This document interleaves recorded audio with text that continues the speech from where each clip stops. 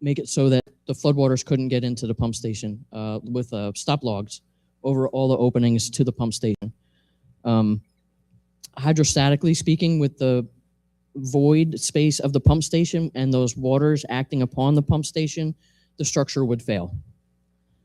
We also evaluated wet flood proofing, which means you just allow the pump station to flood, and all the electrical instruments and whatever in there can withstand being inundated. But we are not able to get all of the necessary equipment to be flooded. We also evaluated relocating the pump station across the street onto the Amazon warehouse property because there is some room there. And that was just cost prohibitive because that was $162 million. And of course you have to evaluate no action, but we don't want to keep having these events that incapacitate the pump station, which then allows your poop to back up into your house. That's not good. So our selected flood mitigation alternative is a perimeter flood wall, which would have 2 flood barrier gates. These barrier gates are passive. So as the floodwaters come in, the hydrostatic pressures back into some drainage systems and actually cause that floodgate to activate itself, deploy themselves. We will also be putting in a stormwater detention basin, stormwater pumping station, a standby generator, and as a part of this, we also had to do a hydraulic and hydrologic assessment, and that indicated that the construction of the flood wall will not adversely affect flood elevations on the Raritan River. So all this documentation was provided to FEMA, and FEMA approved our selected remedy. Just also want to mention that as a part of this, construction will require the removal of 59 trees, and the tree replacement fund contribution is estimated. So we evaluated, do we want to replace those trees? And in some instances, we can't replace those trees because we're putting in a new flow meter chamber and a bypass chamber. So we can't replace all the trees, and we decided that we would go with the tree replacement fund contribution to support this project. And it's Taylor's turn now.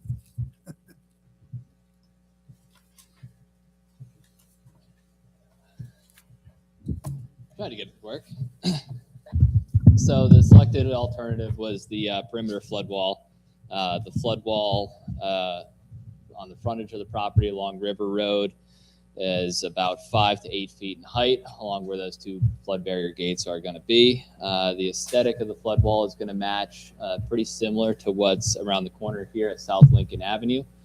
Sort of a fluted front concrete flood wall.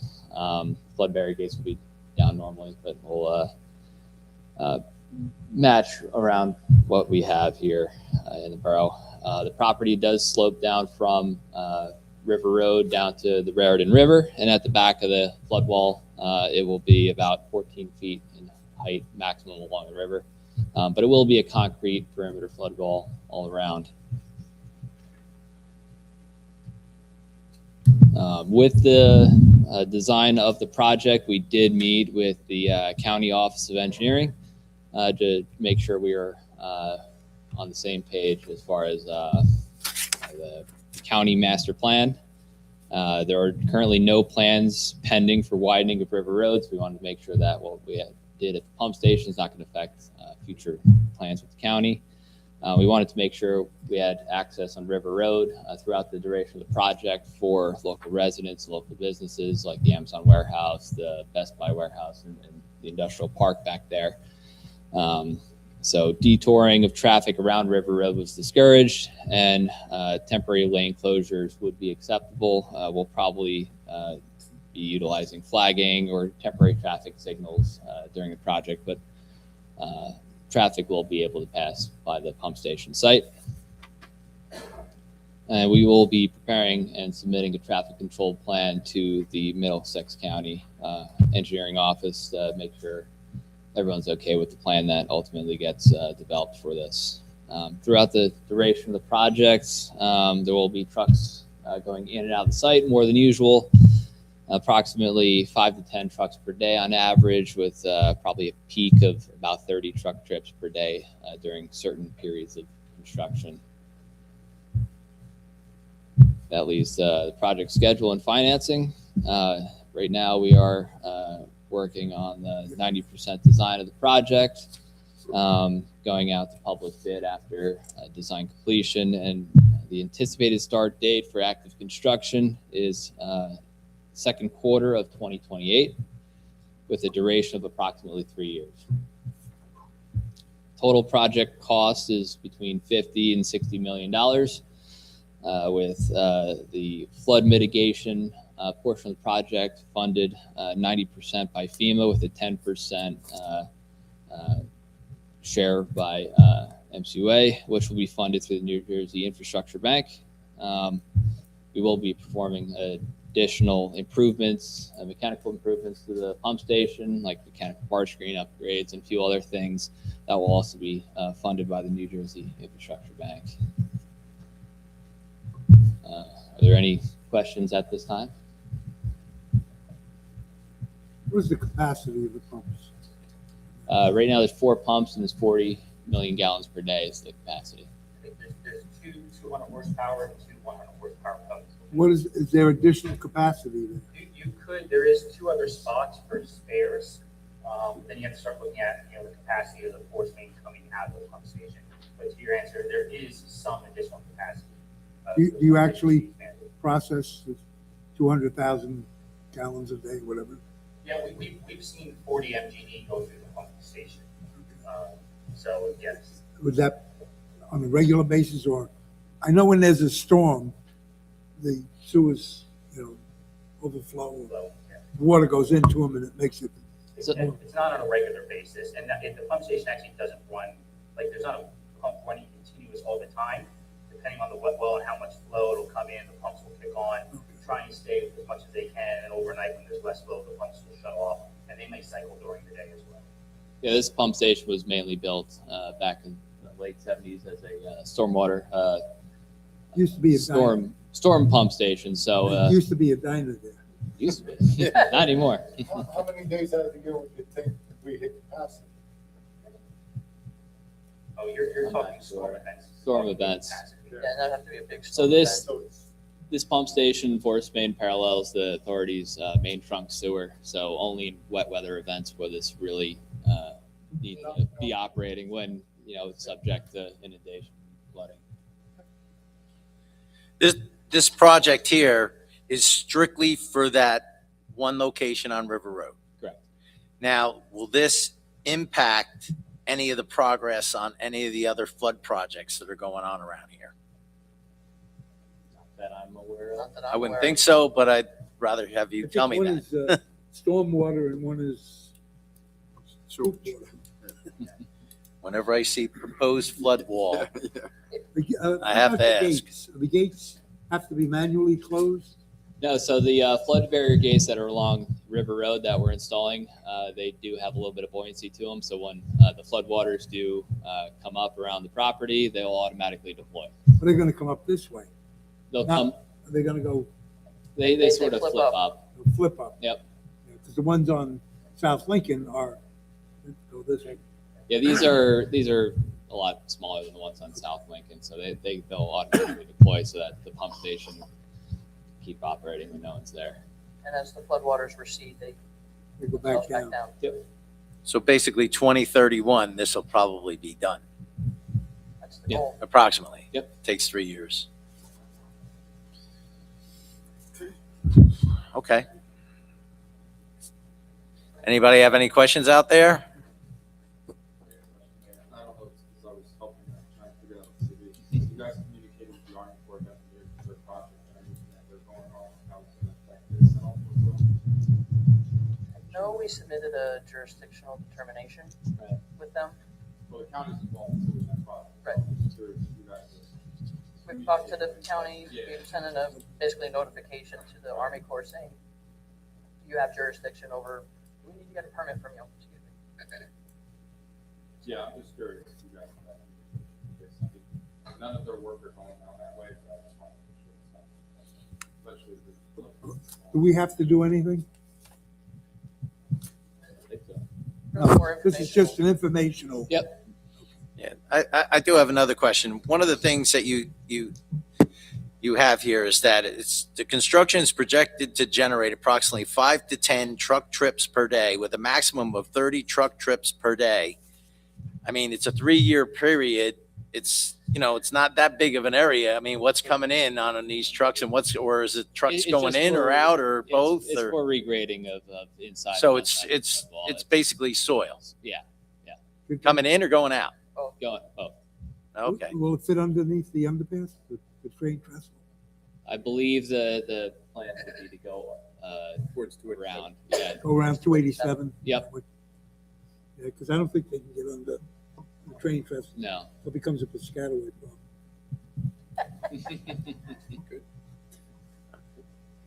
Any questions, guys?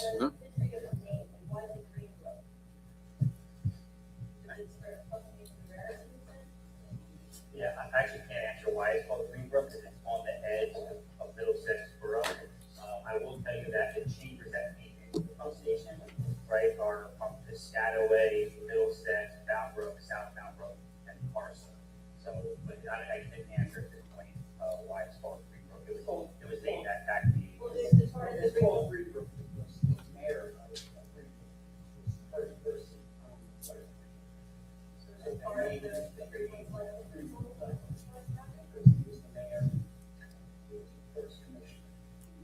Thank you, sir. Yeah, well, they're not.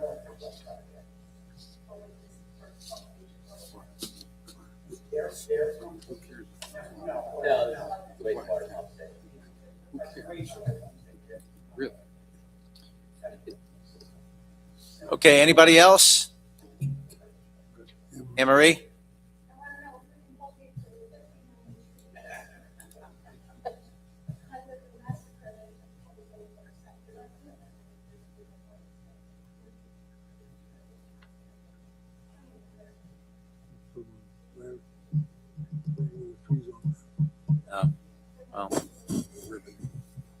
Well, they're just going to the tree replacement fund. Where they go after that, it's down the road because they may actually go in front of the flood wall on the street side, but we don't know at this point. They got to get done first. The majority of the trees are on like what I would call the south side. If you take River Road going north and south, the south side and around onto the river side. That's Okay. where the majority of the trees are. Okay. All right. Anybody else? Did you consider the body before that's going to where you Yes. have to replace the new? That was the hydraulic and hydrologic study that we did.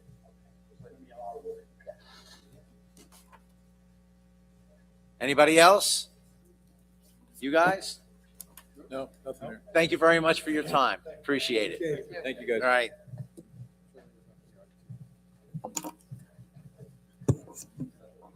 Okay.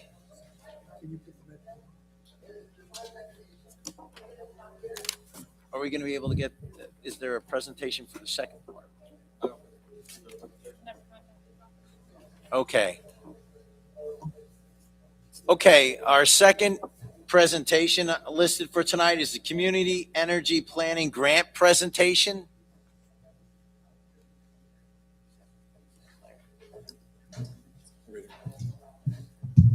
Good evening and welcome to the most boring part of your meeting tonight. You haven't. My hung boss around for wanted the most- best possible person to come and present, and he couldn't make it, so we're here. Sorry about Good that. start. Listen, this is nothing like the severity of a 40 million gallon per day wastewater treatment station. We are here on behalf of you who applied to a grant through Sustainable Jersey for community energy planning. Now, the good news is this is emissions based. It's all about clean air. It's not necessarily committing you to do anything by any particular timeline or make any hard commitments. The idea behind the Community Energy Planning Grant is to get municipalities like Middlesex, boroughs, to take a look at where their greenhouse gas emissions come from. Talk about greenhouse gas emissions a little bit. There are really two kinds. There are direct emissions and there are indirect emissions. A direct emission is a tailpipe or a stack or a flue, and an indirect emission is generally tied to electricity. In this case, it's tied to electricity. So the indirect emissions are electricity usage and electrical demand, and the direct emissions are based on-road vehicle use and natural gas consumption. The plan is very formulaic. The grant ultimately funds the process of selecting initiatives, baking them into a plan, adopting the plan, and then essentially this plan will enable you to access future grant money if you so choose to implement these initiatives. You don't have to implement these initiatives. The caveat with Sustainable Jersey is you commit to implementing these initiatives if it's in your best interest. So it's not at any cost, it's not by any particular deadline, it's really focused on a few fundamental ideas, and that is improve efficiency in buildings and automobiles, reduce direct emissions and indirect emissions to your best ability when it's cost effective. So this was driven by the New Jersey Energy Master Plan. There's an initiative to be 100% clean energy by 2050, which is absolutely ridiculous to me based on where we are today. But that's the goal, and that's where the money comes from. So the motivation behind providing grant money to the borough is to ultimately assist you with implementing these initiatives if they're in your best interest. Just a quick little breakdown. The 2020, we go by 2020 data because it's through the state of New Jersey, so it takes a little while. Just a little bit of a breakdown. 60% of the greenhouse gas emissions in this borough is from on-road vehicle use. So one of the initiatives certainly is to consider reducing emissions, tailpipe, by installing electric vehicle charging stations. Now, strategy one, reduce energy consumption and emissions in the transportation sector. For you, you have a lot of light duty vehicle traffic throughout your town. You have some heavy duty vehicle, obviously, but you have a lot of light duty vehicle traffic. So when incentives are available to you, and it is in your best interest to install electric vehicle charging infrastructure, you are ultimately saying in this report that, in this plan, that you will do that when it's in your best interest, when it suits you, and frankly, when there's incentive monies available. Right. If funding is not available and it does not make financial sense for you, you are not obligated. It's a really important factor because sometimes these grants, they require you to do certain things. The good news with this grant is they only require you to look at the data, make a decision by consensus, which you've done on picking these initiatives, and then adopting the plan. That's your only requirement to ultimately clear you for the $10,000 grant. The second strategy was accelerate the deployment of renewable energy and distributed energy resources. And this is all about solar. So there's a program in New Jersey called Community Solar. If it suits you at some point to consider a community solar project, the way the community solar projects work is a large solar facility is constructed somewhere, not here, and the electricity that's generated by that solar field is ultimately credited to the municipality, residents, low to middle income. There's a whole strategy to try to basically take electricity generated from solar and deliver it to residences. Where does that, the funds for that come from? We've had that question because we do have solar simplified. We do have that. We've approved it. We keep getting the question, where does the money come from? We're trying to follow the. That's from independent investment. So we'll take a little bit of a break here and talk about solar investment right now. All of the money and profit to be gained through electric solar energy is through the ownership and financing of solar projects. And the federal government and the state have specifically made it that way. It's highly subsidized. So right now, if you were to avail yourself of being an investor and you wanted to invest in a solar project, you could get up to 50% of the capital cost for a solar project, they go 1, 10, $100 million at a clip. You can get 50% of the value of that returned to you in the form of a tax credit. Now that's huge for large investments. So there's accelerated depreciation. There are all of these financial levers that if you're an investor, they pay off very, very well. There's obviously risk and things like that that has to be considered, but at the end of the day, all of the money that you're asking about is in private equity where they have a high tax appetite. And so those tax incentives basically offset that. Probably my 401k, you know what I mean? My mutual fund, it's probably in there somewhere. So as a rule, what you've adopted to it, so the way that you are ultimately going to consider maximizing the use of renewable energy is if a community solar development presents itself to you, which is ultimately created by the private sector, if it's presented to you in the form of a request for redevelopment or a project at a brownfield or something like that, what you're saying in this report, in this plan, is that you will consider it and prioritize it if it's in your best interest and it serves the greatest benefit.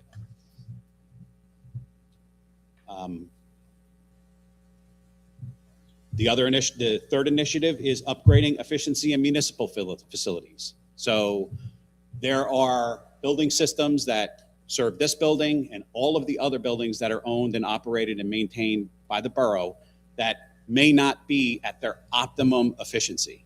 And so what this initiative says, that when incentives are available and it's in your best interest, you will ultimately pursue improving the building systems and efficiency. And it's important to recognize that when you pick these initiatives and you bake them into this plan, it pre-qualifies you for future funding through Sustainable Jersey. They want to actually see this stuff implemented. And so based on the initiatives that you've selected and the size of the borough, there's a real opportunity that you're going to get additional incentive monies and grant monies through this program. It's reasonable to expect that. Would these be state grants? It's a grant. Yes, it is a state grant. It's a state grant.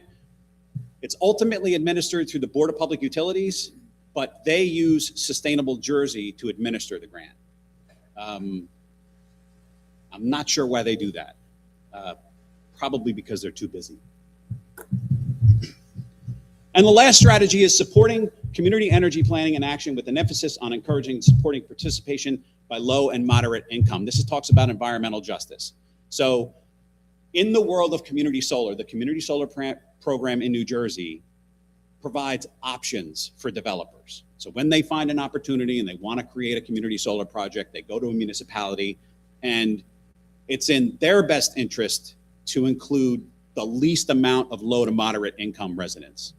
And it's not because they're prejudiced, it's because, frankly, low to moderate income electric utility account holders are a higher risk than someone like the borough who has a AAA credit rating.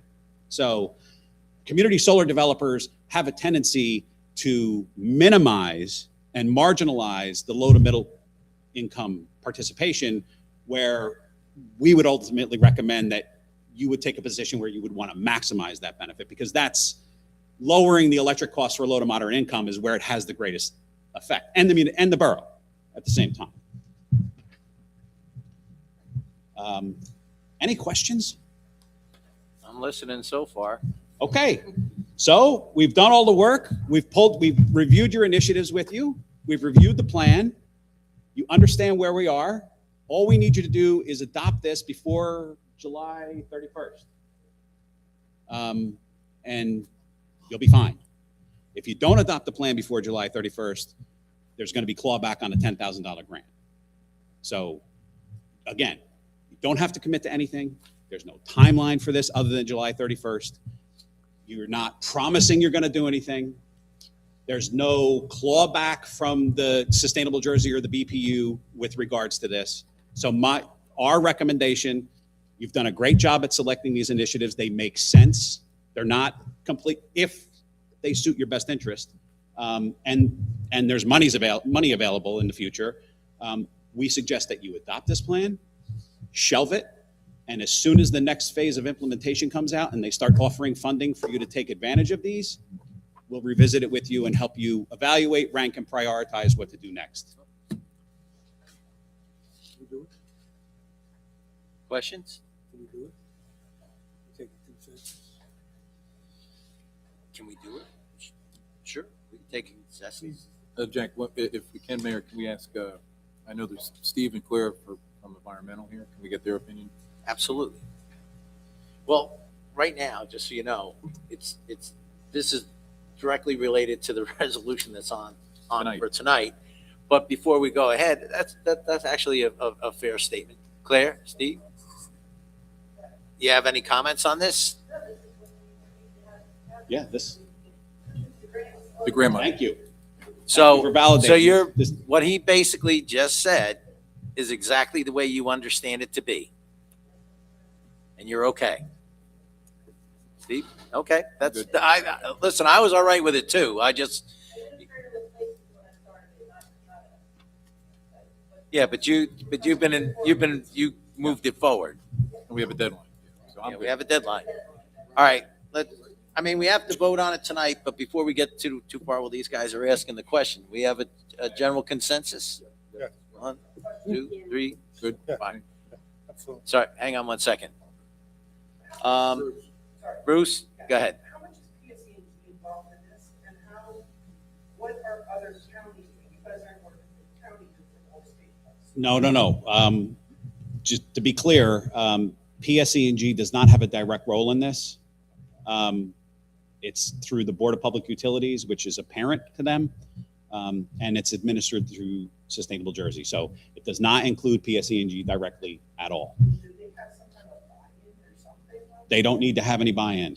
If you can find a way to use less electricity in any of your buildings, they fully support that in any way that they can. Right now, PSE&G uses TRC to administer efficiency incentives. So, and they'll be compounded into the grant funding that comes for implementation. So for example, you may say, well, we want to move forward with improving the efficiency of our borough buildings, but we want to know what grant money's out there. Well, this program will come by and say, we've got X amount of dollars for you to implement HVAC improvements in Borough Hall. And at the same time, TRC, acting on behalf of PSE&G, will also kick in incentives that are very equipment specific. That says, if you buy a regular efficiency unit, we won't give you an incentive, but if you buy a premium efficiency unit that meets certain criteria, we'll actually help you pay down some of that initial investment. So they're all kind of rowing the boat in the same direction. There's no one pushing against this, because this is about using less natural gas, using less gasoline and diesel, and using less electricity to the extent that you can. And is this going on for other towns? Oh yeah, we're actively assisting 5 municipalities, 7. I just presented to Ocean Gate, the smallest town in Ocean County or something. We've got Lakewood coming up. We've got Manchester. So Atlantic Highlands. So we're actively involved in assisting our other clients through this exact same process. And they're all basically trying to do the same thing you are, and that is use this as a way to access future grant money. So are you like a middleman in this whole thing? Because you would think it'd be a statewide program that you're kind of tapped into trying to get administration. It's a statewide program, and to tell you the truth, this could probably be accomplished without us. The problem is that the borough administration and engineering and planning and the environmental commission and the green team don't have quite the level of technical expertise that makes it easy. And we do. This is what we do. We're both mechanical engineers, but we're energy guys. So we pay attention to this stuff, and this is what we do. We work in a special projects group. and we work for multiple municipalities and counties and public agencies, and we offer this subject matter level of expertise to help you walk through the process. Again, I'm not saying that everybody here couldn't pitch in and tear this up, but everybody here is busy enough doing what they do as part of their normal business, and this is our normal business. So it made sense for us to act on your behalf and ultimately get this together. No, we're Colliers Engineering and Design. We are very much for profit. Yes. We get paid by the grant. We get paid by the grant. Okay, anybody else? Any questions? Nope. Thank you very much for your time. Thank you. Thank you for your time. Thanks, gentlemen.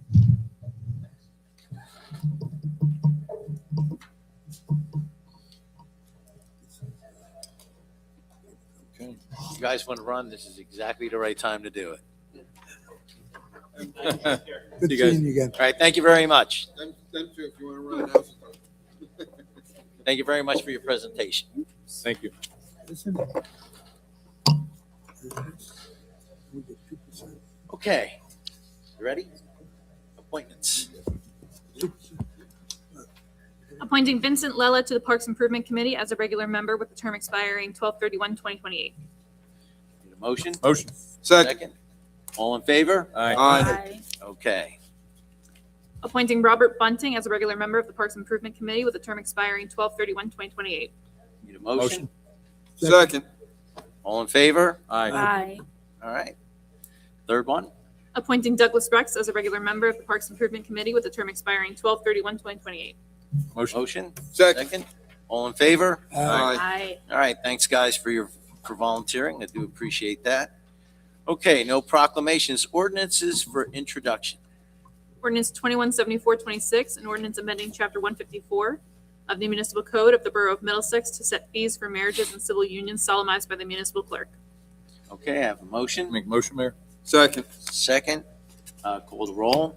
Council President Coniam. Yes. Councilman DeSenza. Yes. Councilman Doty. Yes. Councilman Griggs. Yes. Councilwoman Quinn. Yes. Okay, the public hearing for this will be at the next meeting, okay, which is July 14th. July 14th. Thanks. I had the 21st. Don't ask me why. Okay, next one. Ordinance 217526, an ordinance granting municipal consent for the operation of a cable television system within the Borough of Middlesex, New Jersey to CSC TKR LLC, DBA Cablevision of Reardon Valley. Okay, I need a motion. Motion. Second. All right, Question? shoot. In reading through this, we're supposed to get some free installations. Are we taking advantage? You go to page 92, actually. Free service. Subject to applicable federal law and FCC rules and order, Cablevision shall, upon written request, provide free of charge one standard installation and monthly basic cable television reception service to all state or locally accredited public schools and all municipal public libraries, as well as municipal buildings located within the borough.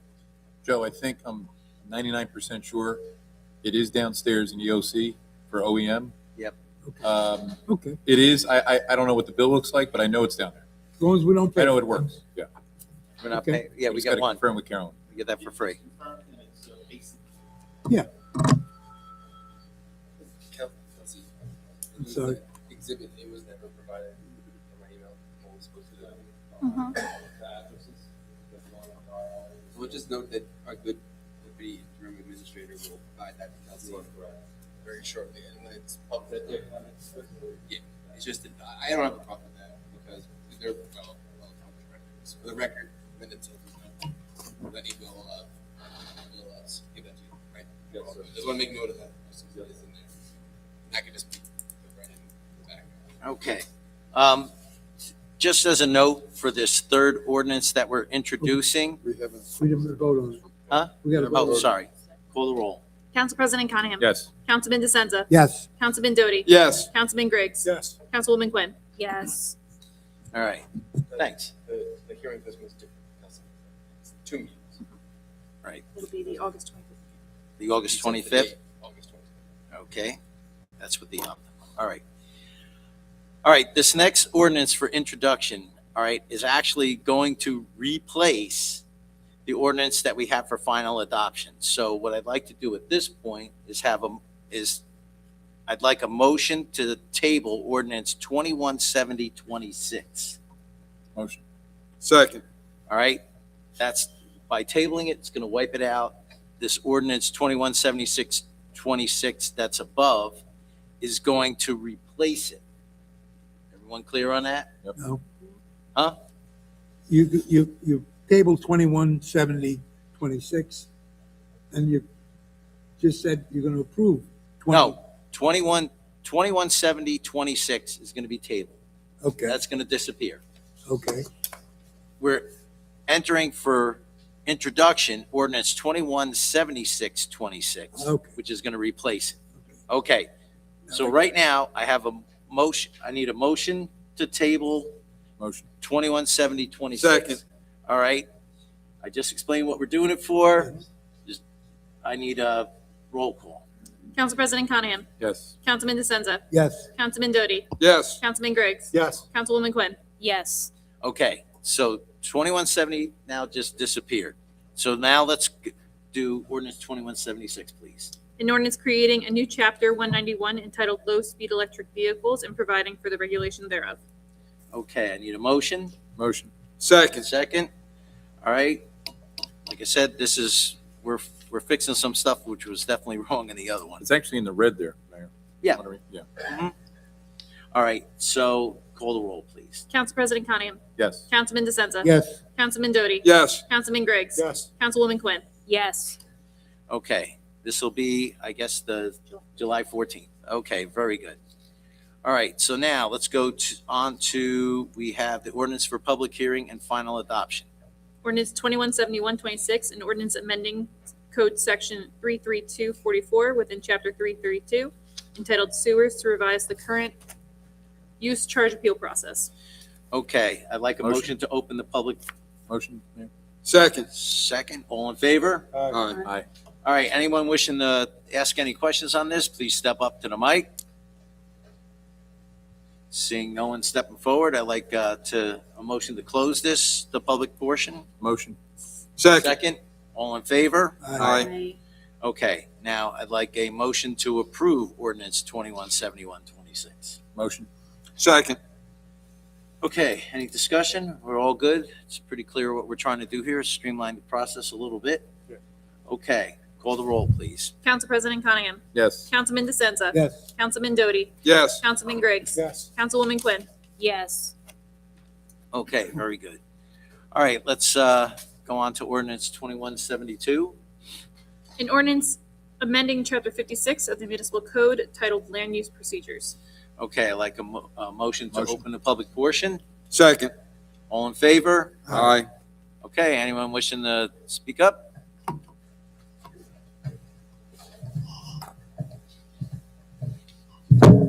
Mayor and Council, Vincent Rouse, 60 Washington Avenue. Just like to see, in the ordinance, it talked about 6 other citizens of the municipality being appointed by the mayor. Have those folks been identified? No. And how would they be selected? Thank you. This is so easy. Pardon me? J-Lo. It's the JLUB, right? Yeah. Yeah, So this would be done through the JLUB. Yeah, they're already appointed. They're already appointed. Hang on. It's just, we're It's a, Sorry, that's where I was It's at. I had filled, the wrong yeah, one. the committee. Okay, the board's filled. They already appointed, sorry. they're already appointed. This is with the JLUB. Okay. all this does is merge the zoning and planning board portions of the ordinance to reflect the J-Lo. I think we should have done a while ago that it just weren't pointed out when she retired. No big things. But it changes nothing except Changes now. it merges the language into one ordinance. Got it. Okay. We'll have the names of those folks? Not tonight. Not tonight. Can we have the name of the people that were put on It's on the It's on the website. the website? If you go Thank to- you. Yep, it's all listed under JLUB, JLUB. Gotcha. Thank you. Okay, anyone else?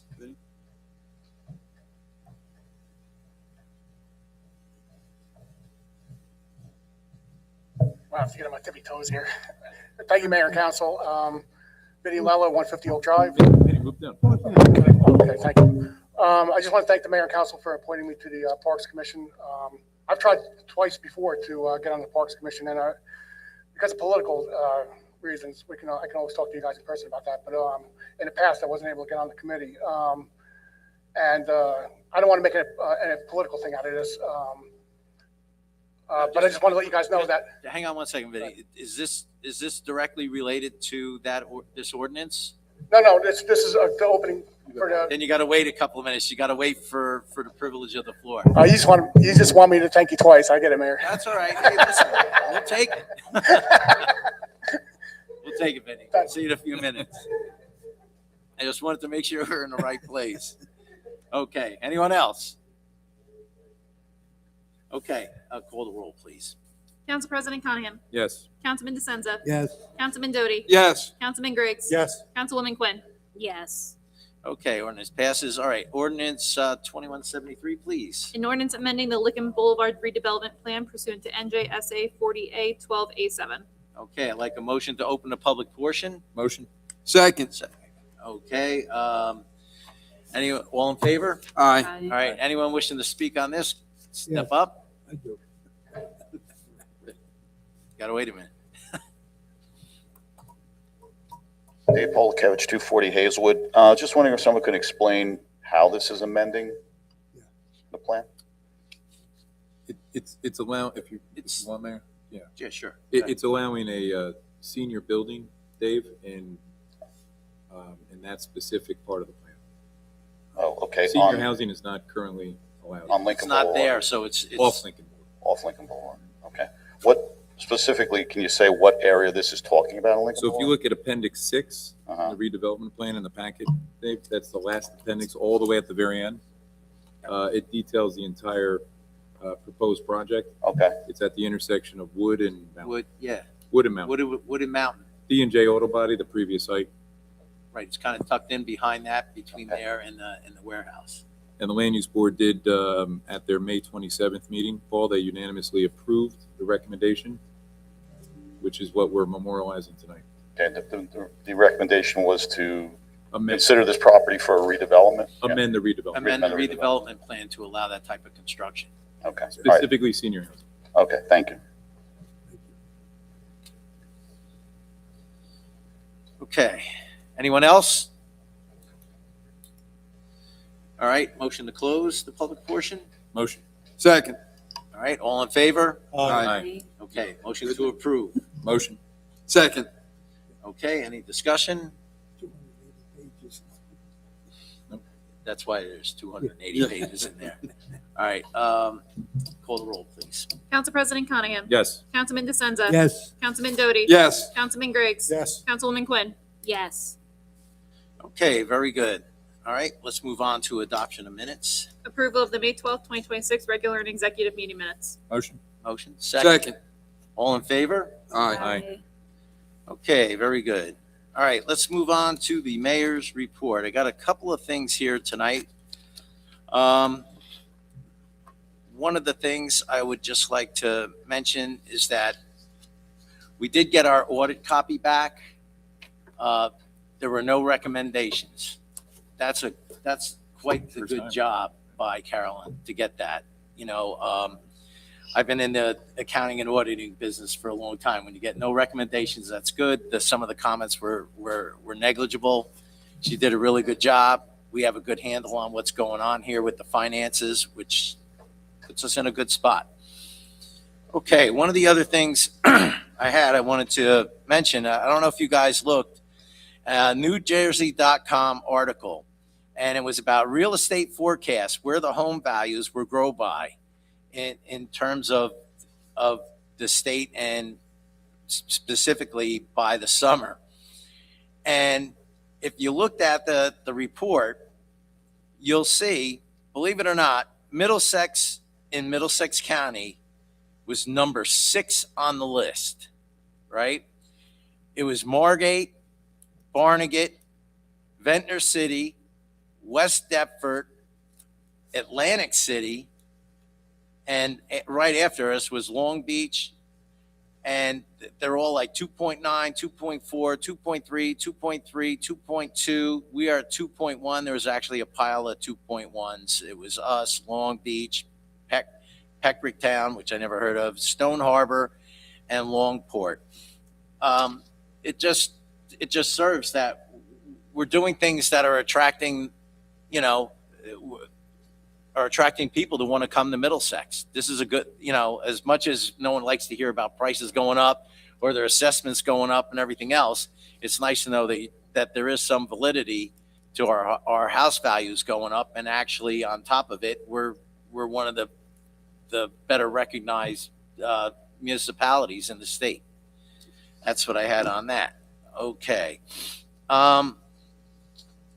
Going on, we are going to have a concert series this summer. It's right now with the rec department. We have 4 dates covered. We have 4 people that have stepped up to sponsor these dates. Unity Bank is one. Tony Giuliano is another. Sable Shaw, thank you, Chris, is number 3. And because it was my idea and I've been pushing this thing through, I sponsored one of the nights myself. I think they have 2 so far. They're working on another 2. They have to work with their target audience and make sure that it's in line with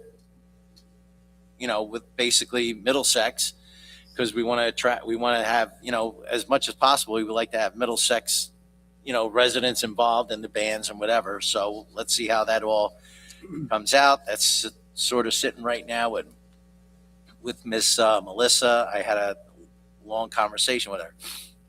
Now, last but not least, there was an article put out by our favorite pundit over there, Mr. Dave, that went from 22 to 26 regarding tax increases. Well, we actually went back and we wanted to just double check. And I checked with our CFO, and she had the following things to say. I had a chance to look at the numbers, read Dave Polakevich stating that we raised taxes 29% in the last few years. In 2020, the amount to be raised by taxation was $13,391,306.58. And in 2026, the amount to be raised by taxation is $16,991,064.37. That's a dollar difference of $3,599,757.79 and a percentage increase of 21.18 over 6 budget years. So about 3.53 per year if it had been equal in every year. Just so you know, in the same time frame, the state mandated library amount in 2020 was $513,606, and in 2026 it was $884,086. That's a dollar difference of $370,480 and a percentage increase of 41.90. That's state mandated, equal to about 6.98 per year. Lastly, she attached a screenshot. I researched what the inflation rate percentage in the USA has been since 2020, and that was 28.67%. So it's very easy to draw a clear line between the borough's increased taxes and the cost of purchasing goods and services in the same time frame. So as much as the 29% seems high, it's in line, and that's the total numbers and only going through 2022. If you look back to 2020 when we started with 2 0 tax increase years, we've actually been pretty good at holding the line on the taxes. And Dave, I have this stuff. I'll be more than happy to give you the stuff at the end, because I know you're going to want to take a look at it. And that is all I have for tonight. Because I know, Mike, you're going to be covering quite a few things. The rest of you guys. I do have quite a. So, Mike, it's not a ton. Thank you. So, first off, for those who may not know, Middlesex Borough lost a devoted 28-year employee last month. It was, I forget the date, it was right around Memorial Day, to cancer. Michelle Galick, who served most of her career as a senior TACO, which is a technical assistant to the construction officer right across the hall. She was only 55 years old. She leaves behind her husband and 2 daughters. So our deepest condolences go out to her entire family. She will be very missed by all of us. And she only retired from the borough a couple months ago, this past spring, I think it was April. It's just a terrible story. So I wanted to share a blurb from the May 27th J-Love meeting, in which Mayor Emeritus John Madden had some nice words to say about Michelle. So I'm quoting him. Michelle served for many years with integrity, kindness, and with a great deal of patience. Life is indeed fragile, fleeting, and deeply precious. As William James, the philosopher, stated, the great use of life is to spend it for something that will outlast it. So again, just quoting John Madden. Speaking of John Madden, Mayor Emeritus, he will be our next pillar of Middlesex. That'll be at our August 25th meeting. So please come support John. I wanted to congratulate and thank our entire borough team for an excellent job well done at last month's Memorial Day Parade. We did that in conjunction with the American Legion Post. We've done it for decades and decades. But again, a job well done considering the questionable weather that day. It cleared up in the nick of time, and many other towns canceled, and we did not. And it was a very, very big success. I want to thank Lenny for cooking burgers that were donated by Superfood, and he was behind the American Legion over a grill for about 4 hours. Hundreds and hundreds of burgers. So thank you. Good job. Thank you, Lenny. So we didn't forget about that. So for the administrators, for Matt and Lenny, I think this year's format with the tent and the band was a big, big success. That was new this year. So I don't know if the rest of the governing body would agree, but I think that format should be followed for years to come. Very good. Right, so that tent, obviously it's new, we didn't have that. The tables underneath, the band, I think having the burgers and dogs donated, I think it was a huge win. Everybody had a great time. Plus the inside the rec center, we had the living museum. That was a nice touch as well. Should we take turns cooking burgers every year? I don't know. There's some people, I don't know if I guys- want you them guys cooking. work- you guys work that out. Does he have to do it in a suit? I'm just throwing it out there. Let's do it. Full uniform. You got to do a full uniform.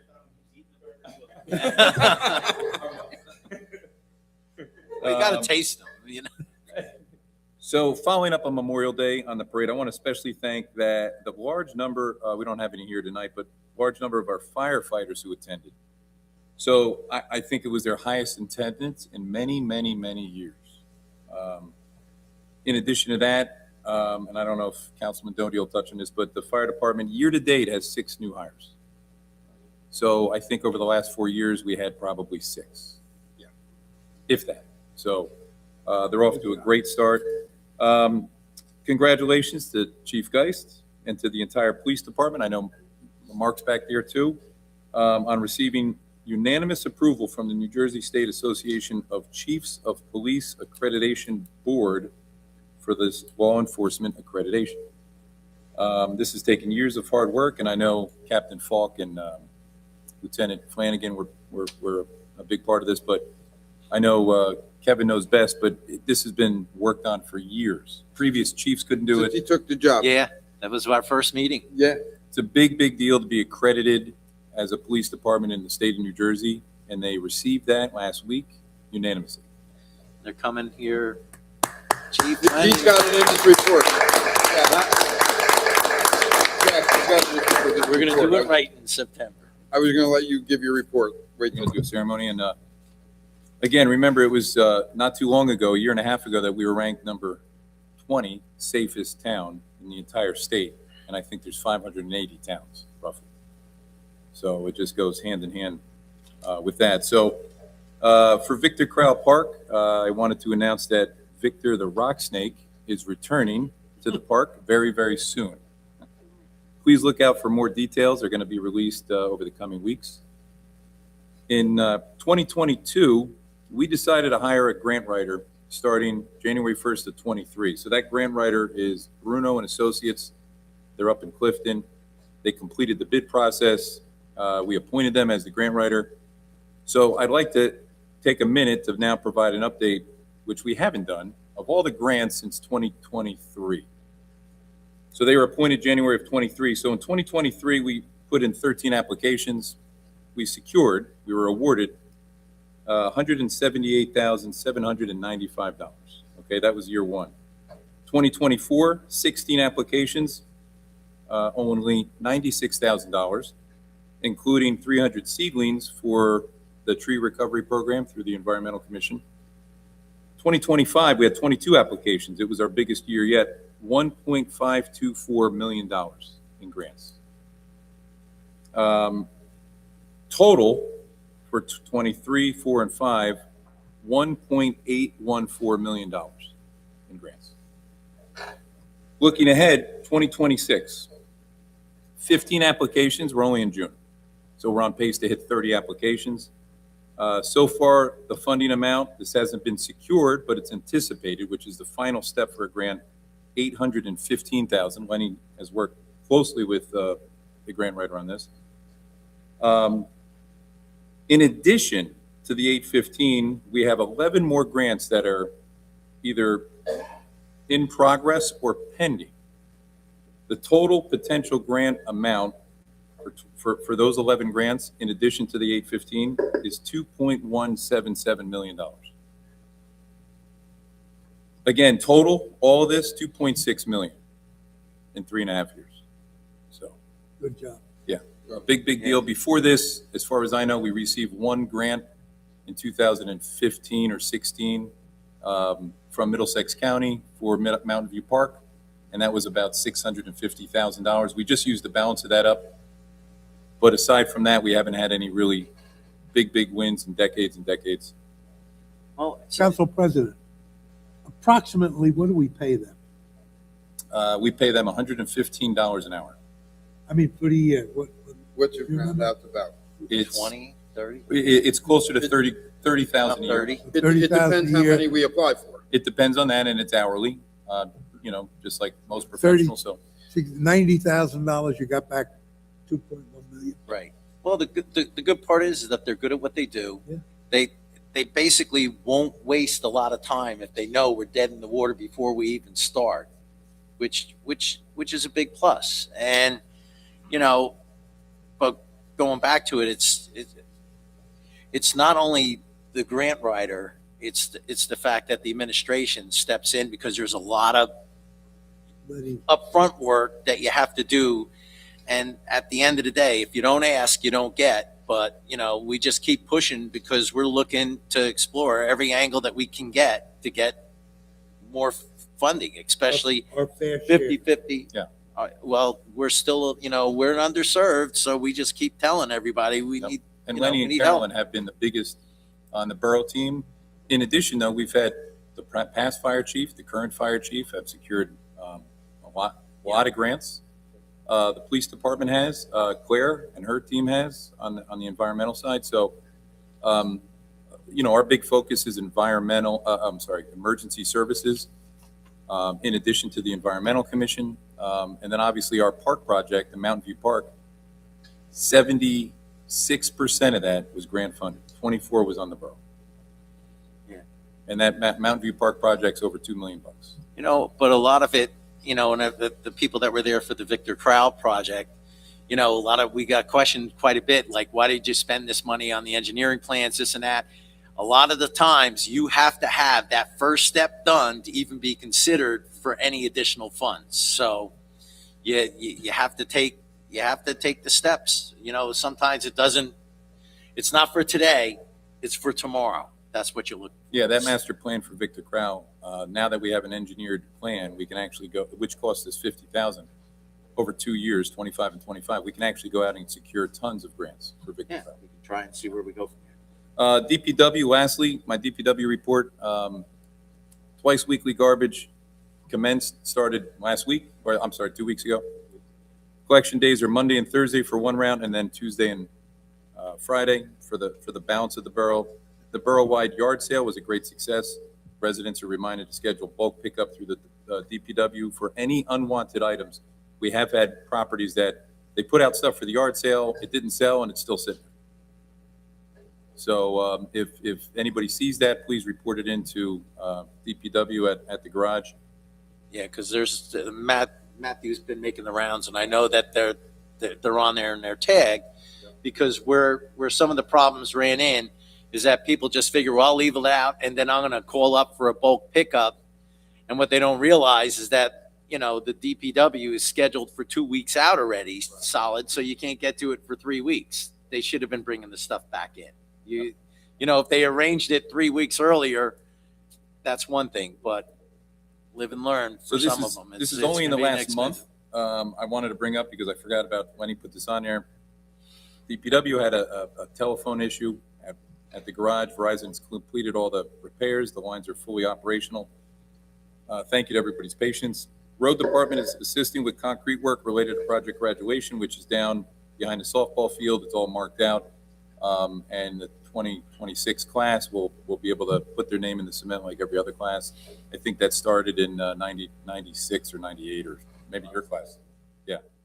Are your names in there? A total, Shannon's. A total of 122 storm drains were cleaned during the last month. A total of 24 storm drains were repaired. And lastly, the Roads Department has begun to repair signs, starting with primary roadways and then continuing on to our secondary roadways. Those are the actual street signs. Because of the snow, a lot of them, either the posts are bent and or the name, if it's Lorraine in 28, a lot of those are bent from a lot of the, again, all the snow drifts. So Lenny's going to work on those with the Roads Department, and that's it. I hope everybody enjoys the July 4th holiday weekend, the 250th. It's a big year, and that's it, man. Okay. Jens? I'll do Jen's, yeah. I have Jen Clock's report, Councilwoman's Clock. So she wants to obviously defer to Lenny and Matt for any administration-related updates. I know they have it in their report. Disabled and Senior Services, upcoming programs, Alzheimer's Brain Health presentation. It's scheduled for June 18th at 1 p.m. in the Rec Center. Irish Folk live music performance scheduled for July 14th at 1 p.m. May have to go to that. Transportation concerns. Melissa reported that several senior trips have had waiting lists due to a shortage of drivers. This is an issue that needs to be addressed moving forward, as participation opportunities should be accessible to all seniors who wish to attend. We need to look at solutions for this so that seniors are not excluded that want to participate. It simply comes down to not having enough drivers, and then the bigger issue is drivers without a CDL license. With the rider, what's it called? Passenger endorsement. So that's what it's coming. It's very tough to find somebody with that CDL license, passenger endorsement, that's willing to work for 19 or 20 bucks an hour as a part-time employee. Which is very tough to find somebody. Let's see, Cultural and Arts. The last meeting, Cultural and Arts Committee, was June 11th. That was last Thursday. Updates. The committee is in the process of establishing a dedicated email address to ensure consistency across all their flyers, promotional materials, and public communications moving forward. Hardick, the chairman, will coordinate with Lenny to make sure this happens. Discussion was held regarding the approval process for events to ensure proper procedures are followed before advertising and implementation. Planning continues for the Multicultural Day scheduled for August 29th from 1 to 3 p.m. The committee is currently evaluating potential locations, including the library and the rec center. Input is welcome on the venue. A few members of the Cultural and Arts Committee met with the Recreation Department on June 15th to begin planning for the concert in the park series that the mayor mentioned. The group feels confident that at least one and potentially two performers have been identified for the event. The committee will continue its efforts to secure additional performers and finalize programming for the series approved by the mayor. Regarding the community garden, Lenny is working on updates to the bylaws.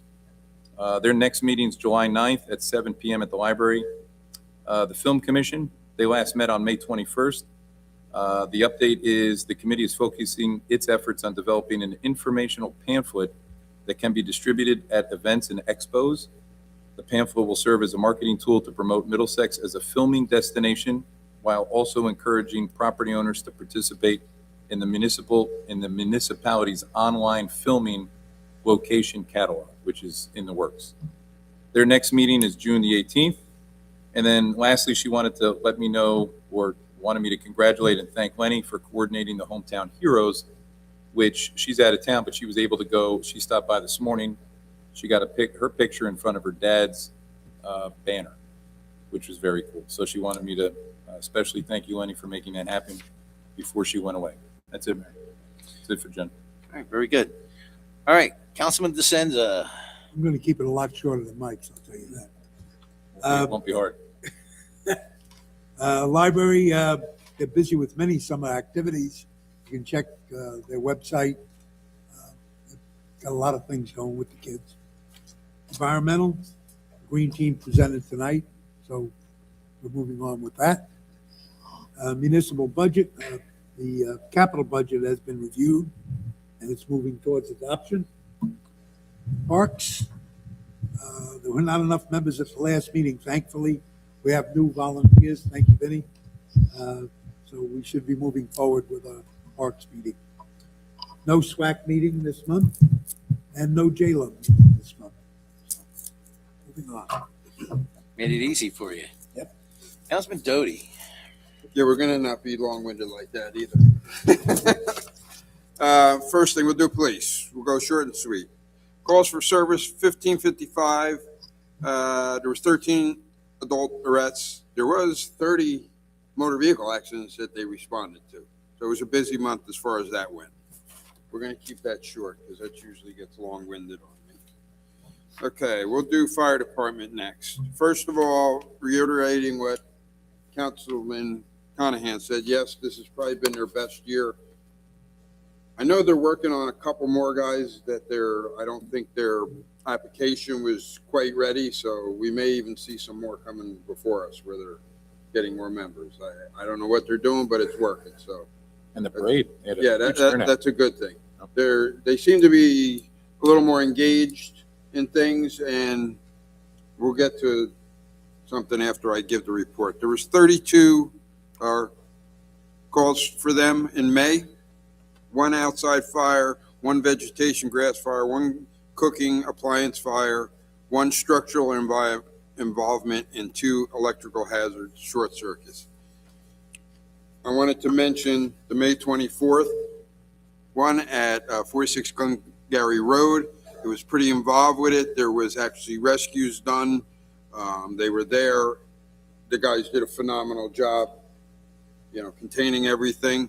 The chief has a statement that he wanted me to read about this specifically. As chief of Middlesex Fire Department, I'd like to thank all members and responding agencies who were involved in the incident at 46 Glengarry Road.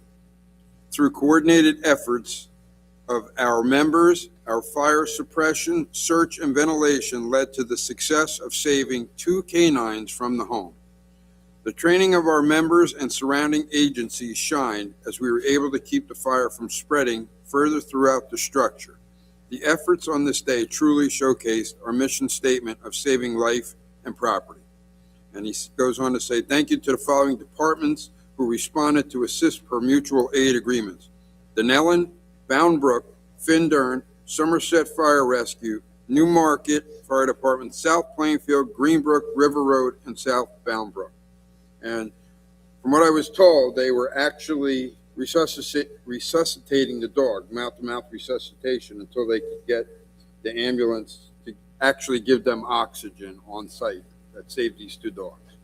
So it was a coordinated effort. I know the OEM was involved in it, and they got the Red Cross involved. It was a fantastic team effort because our new liaison with the Red Cross, he is phenomenal. They call him, and if he's not available, he finds somebody to show up immediately. And we haven't had that in a very, very long time. So kudos to them. Staying with the fire department, I would like to get a consensus tonight, Mayor. They want to run a fishing derby in September at the lake, and they would like our approval. They haven't finalized anything. They'll come in and talk to Lenny and the chief about it to finalize things up. And because they need to do something for fundraising. They know they're not going to kill it, but it'll get them out there also, maybe more members out of it. Right. So they're looking for us to approve having the event? Yes, or they want us to do anything else for it? Having the event if we can, which I know things are tight, help them to stock the lake. And they'll have exact pricing and all that, and they can come to us.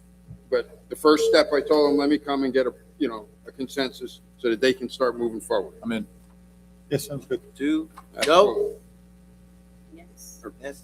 There That's you go. all. This way I can let them know, because we have a meeting next week, All right. so I'll let them know. And, Then have them come in and see you guys, and they can discuss what they want from us. at that well, point. you know what? Let them go through you. Yep. And you can work it out with Miss Caroline. And if you come out of there without a bloody nose, you did all right. Maybe I could send Sean in there. There I'll you hide go. behind him. Okay, so that's what I have for them. I have the court also. I have, and I managed to sneak that in somehow, Kelsey. I don't know how. It was pretty late. May 2026, tickets and complaints, 501 tickets. There was 459 moving violations, 12 DWIs. Total complaint activity, 12 criminal complaints, warrant or summons, 2 local ordinance, 46 zoning issued. New business for April 26. They had four court sessions, 3 in person, 1 virtual, 238 defendants. 485 cases were deposed of that month, 24 DWIs alone. And I know they're backed up on them hugely because there was a moratorium on them. So they're really starting to catch up on those.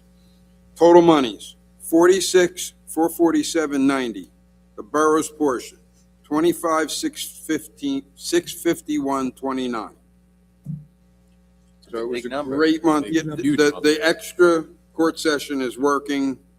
You know, I know it takes manpower from the police department and all, but it's working because they're trying to, especially the What's DUIs. the backlog?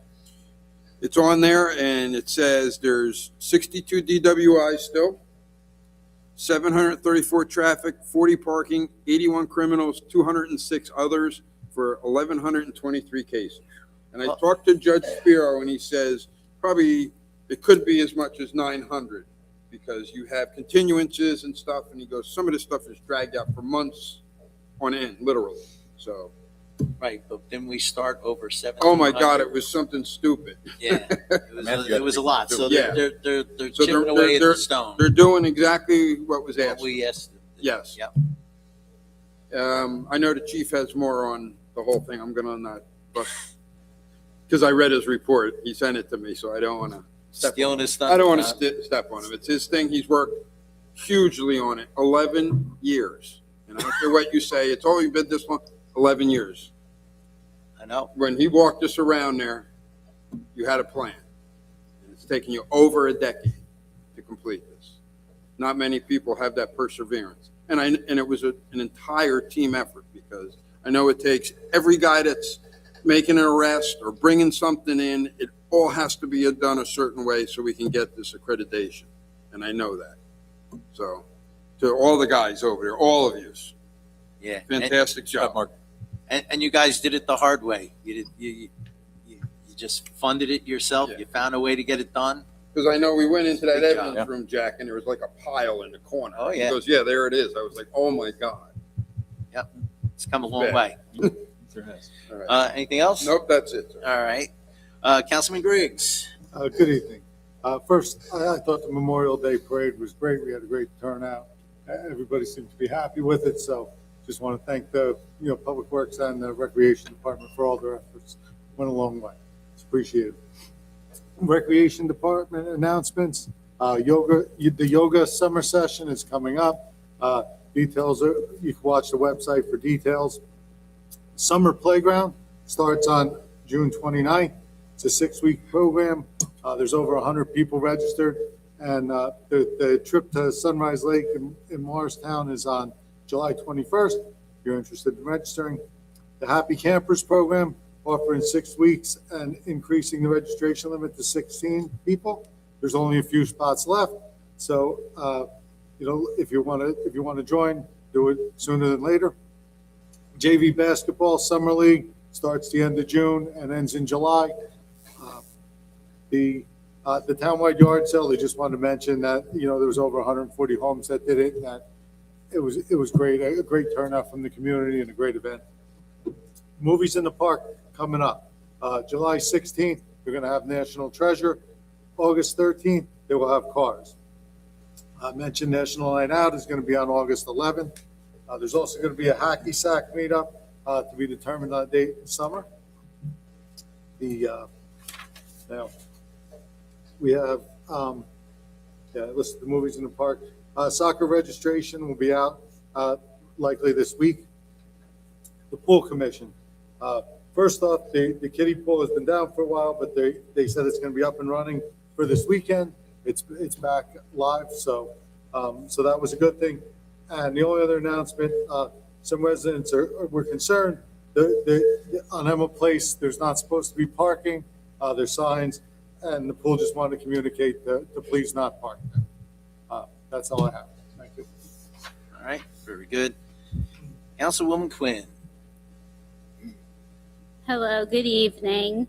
The Board of Health met last week, 6/11 at 6:30 here. And they're going to have a rabies vaccination clinic for cats and dogs. And they're looking for sometime in the spring. A date is to be announced. Shade Tree met same night at 7. I have nothing new to report. They do not have a meeting in July and August. They're back in September 10th. The BOE is meeting tonight, so I don't have anything new. I did go through their agenda, and they have a new section where they're including questions that were asked in public comment. And one of the things that was asked was about registration. So the enrollment report was posted, and right now we have 2,041 students in the district. And I have a copy, and it's also on the website if anybody wants to check it out. I know there was a lot of questions about that in the past. Their next meeting is 7/14. That's the COW meeting, and it's also called the board retreat. It's when they get into different like exercises for like team building and whatnot. And then 7/15 is the regular board meeting. And that's all I have. Thank you. Okay, very good. All right. Long awaited. Administrator's report. There were some concerns raised regarding council meeting dates overlapping with the Board of Education meeting dates, making it difficult for our residents to attend both meetings. Council President Conahan recommended amending the current council meeting schedule by moving the October 13th council meeting to October 6th and the August 18th council meeting to August 25th. Mayor concurred, and the revised meeting dates will be considered tonight by the mayor and council. Just keep in mind that this originated from residents who were concerned about the meetings overlapping. The governing body simply just trying to be flexible and accommodating to our residents. Mountain View Park Playground update. Len, you want to take that? Sure. Mountain View Park Playground officially open to the public with the ribbon cutting ceremony on May 21st, 2026. The horseshoe pits have been removed. The contractor still needs the lovely area and topsoil seed where the pits were located. On Thursday, the 18th, the contractor is scheduled to install the thermoplastic crosswalk in front of the restroom facility. On Monday, June 22nd, the contractor will install the railings of the restroom, allowing the facility to be open to the public. So, what Caitlin? I'm waiting. What year? So it's 2026, sir. It's been a long run, but I assure you, Lenny's been all over the contractor we know. to really try to get this done. One of the big things was fabricating the railings, and we can't open the facility without any railings, so nobody gets hurt. They're not going to be perfect. You want me to continue? Yes, please. Road resurfacing update. Voorhees Ave has been milled and paved, and all the damaged concrete has been repaired. South Avenue has been milled and paved, with some of the damaged concrete repaired as well. Contractor is currently on Washington Avenue Starlit, which is scheduled to be milled. They started milling today, and they should be done being paved by the end of the week. All concrete work leading to the drainage structures has been completed. It should be noted that the engineer and I explored the possibility of installing curbing throughout the entire project, mainly on Washington Avenue. However, due to budget constraints, this was not feasible. They were able to include curbing at all intersections leading to the drainage structures, which will assist with future road improvements. So I know a lot of you guys are aware that we were trying to pull money from every account to make this happen. It just, the process is going for but we are set up for the future. And Lenny was also able to squeeze out the intersection of Grant and Shepherd, located off Route 28. It's going to get milled and paved. It's just was really deteriorated in bad condition. So he was able to take a little bit of that money to do that as a safety issue. What about Cedar? Pardon me, what'd you say, Joe? Wasn't Cedar being, That is what the location is being added right now. isn't Cedar being done? That's next. Yeah. Okay. As far as hiring, the borough currently has 3 employment opportunities available: a full-time police records clerk, part-time administrative assistant in the clerk's office at 25 hours per week, and a part-time administrative assistant zoning and construction office 25 hours per week. For additional information and to obtain an application, please visit the borough website and select the jobs listing section. Capital budget. Last week, Lenny, Caroline Benson, Mayor Mikolajczyk, and I conducted an internal review of the capital budget submissions. Yesterday, on Monday, June 15th, the Finance Committee reviewed the capital requests. We're currently waiting for the committee's final recommendations and anticipated budget approval. We expect to present the proposed capital budget to the governing body for consideration on the July 14th, 2026 council meeting. Middlesex Borough High Deductible HRA, the health reimbursement arrangement for municipal employees, became effective on June 1st, 2026. Additionally, in addition to that, we've provided the New Jersey Health Insurance Fund with requested insurance claims data, including active and retired employee medical claims, as well as prescription claims. We've requested the NJHIF's assistance in evaluating options for the borough to transition from the state health benefits plan to a more cost-effective alternative.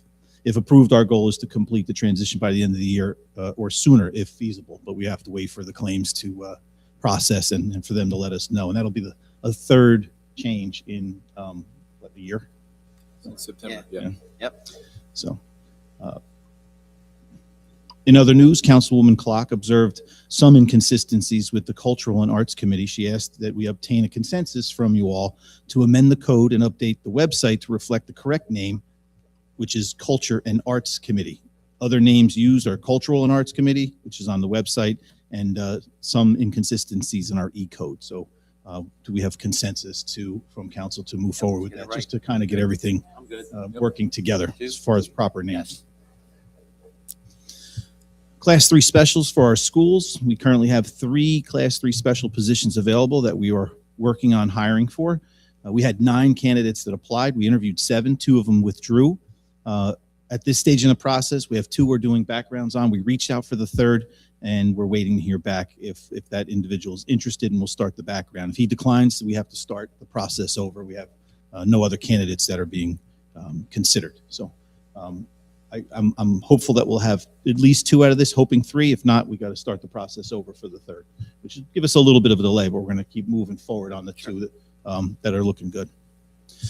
Police officer hiring update. We have 2 candidates we currently have interest in. Both are in the process of the background phase, the hiring process. One candidate has experience working in another agency for approximately 6 years. The other candidate is a correctional police officer that would need to attend the police academy. If he passes all phases of the hiring process, we have a spot reserved at Cape May County Police Academy. We should have both backgrounds completed within the next week. We're on a strict timeline since the academy training starts August 19th, 2026 in Cape May. Looking for another consensus from council. As noted above, we're currently interested in hiring a police officer with 6 years experience from another law enforcement agency.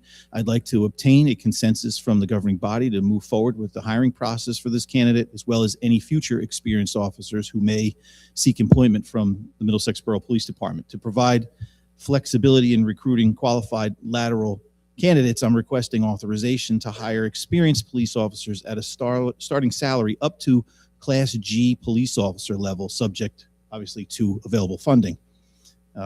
Prior to this meeting, at my request, Caroline Benson conducted a payroll budget analysis and confirmed that sufficient funding is available within the 2026 police department budget to support the hiring of a lateral officer at that Class G level. Providing this flexibility will significantly enhance our current recruitment efforts, both for this candidate and for future experienced officers, provided that funding is available. Again, we have to caveat. Police officer recruitment remains a very significant challenge for law enforcement agencies throughout New Jersey and across the country. Offering a competitive starting based on prior experience will improve our ability to attract and retain qualified candidates. Do I have a consensus from the governing body to move forward with this approach? Guys? Yes? I'm good. 2, 3, 4, 5. You have consensus. Thank you. 2 more quick items. As police department news, as you had mentioned, on Thursday, June 11th, 2026, the police department received unanimous approval from the New Jersey State Association of Chiefs of Police Accreditation Board for Law Enforcement Accreditation. This achievement represents years of hard work, dedication, and commitment to professional excellence. Accreditation is more than a recognition of compliance to the established standards. It's a reflection of our department's commitment to accountability, transparency, training, and the delivery of professional police services to the residents of Middlesex Borough. A representative from the State Association of Chiefs of Police will attend our September 22nd, 2026 council meeting to formally present the police department's accreditation certificate. They'll provide a brief presentation at the beginning of the meeting. Lastly, on May 18th, 2026, police officer Anthony Payne-Shaw and police officer Christian Doolin were recognized by the Mothers Against Drunk Driving New Jersey Law Enforcement Recognition Event for their outstanding DWI enforcement and in drunk driving. Payne-Shaw received the Top Cop Award, leading Middlesex County for drunk driving arrest for the 2nd year in a row. That's the entire Middlesex County. He was the top, made the most arrests. He also received Top Cop Award, ranking number 2 in the state of New Jersey, which is just a magnificent accomplishment for his DWI enforcement efforts in 2025. Recognition for excellence awards were also awarded to police officer Payne-Shaw. That's his 9th year in a row, and police officer Doolin his 3rd year in a row of receiving such recognition. Their dedication to traffic safety is a direct connection to the safety of our community and the motoring public, and we're really proud of their efforts and their accomplishments. It's truly a magnificent event to be number 2 in the entire state from Middlesex Borough. So they're doing a great job. They're out there very active and very visible. And if you're planning on drinking, please don't drive through Middlesex. That's it? That's it. Okay, just one last PSA I'd like to throw out there. I know we did a little bit of shuffling around on the e-bikes and all the rest of that. Whether our ordinance is basically just some minor tweaks on what the state has already in place. And those of you out there in TV land, it is coming down that very shortly the rules are going to go into effect. They are going to be enforced, and it's just fair warning that do the right thing, because I believe it was Bridgewater. They just had a fatality not too long ago. There were a kid ran into a back in Middletown, right? Kid ran into a back of a car, wound up killing himself. I see a lot of kids riding around without helmets. They're not obeying the laws. They're blowing through stop signs. It's all fun and games until it's not. And And Mayor, we also had 2 weeks ago, we had somebody that got hit on Harrison. Pierpont. Pierpont. Yeah, we did have a juvenile who was struck by a car. It was a pretty serious crash. Thank God he had a helmet on. Interesting story to that. A police officer had dealings with that juvenile weeks prior, where he wasn't wearing a helmet. Our officer issued a summons. So for him not wearing a helmet. So I'm pretty confident that the reason that child had a helmet on his head was because of the direct interaction from our police officer. Probably saved his life. I believe so. Because he did have a head injury, correct? Yeah, and a pretty significant fracture to his leg and his lower portion of his body. Well, we're just throwing it out there. We just want people to be safe, because it's gonna come, and enforcement shouldn't be a surprise to anybody. Okay, moving on. Privilege of the floor. I'm at this point, I'd like a motion to open for the privilege of the floor. Second. All in favor? Aye. Vincent Pileggi, State your 608. name and address. Vincent Pileggi, 608 Clinton Avenue. It actually is in reference to the updated ordinance 2176. 25-26. I don't think anyone's disagreeing with the intention of the ordinance, just the way it is written. And I don't want to pat myself on the own back, but I've beat my third ticket in New Brunswick for this reason. It's sloppy. There's a sloppy parts where anyone can get off on this.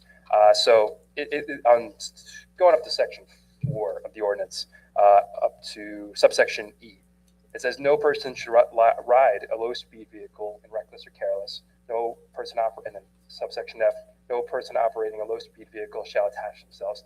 These things only apply to what are essentially are golf carts. The verbiage, the ordinance itself defines low-speed vehicle. One more time, where was that? Section 4? Letter F. EFG. EFG. So the way the ordinance defines low-speed vehicle is as a what are essentially are golf carts, a four-wheeled low-speed vehicle, which is federally defined, going 20 miles an hour no more than 25. The ordinance EFG only regulates what are essentially golf carts. They have no regulation on the e-bikes, e-scooters, and essentially, if anyone got a summons for riding recklessly, they could easily beat this because it's only regulating what are essentially golf carts.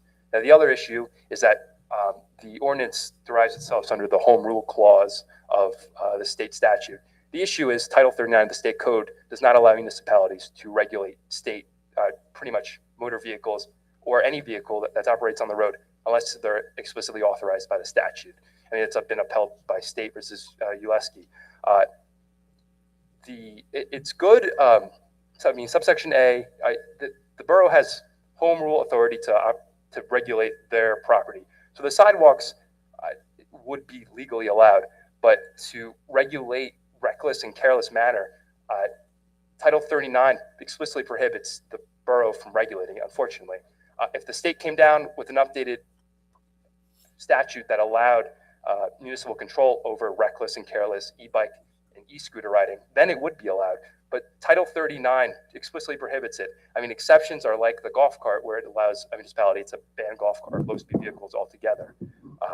But the way this ordinance is written, it just is not effective at targeting the problem.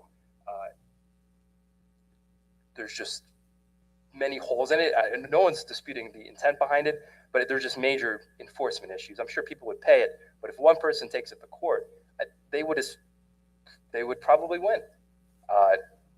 And that's my concern with this.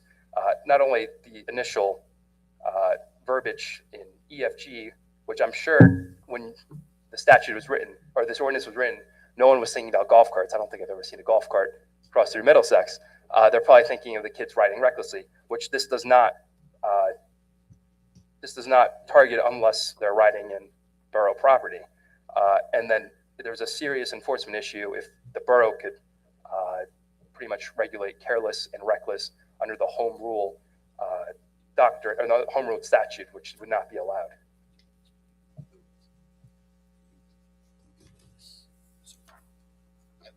Mayor. Go ahead.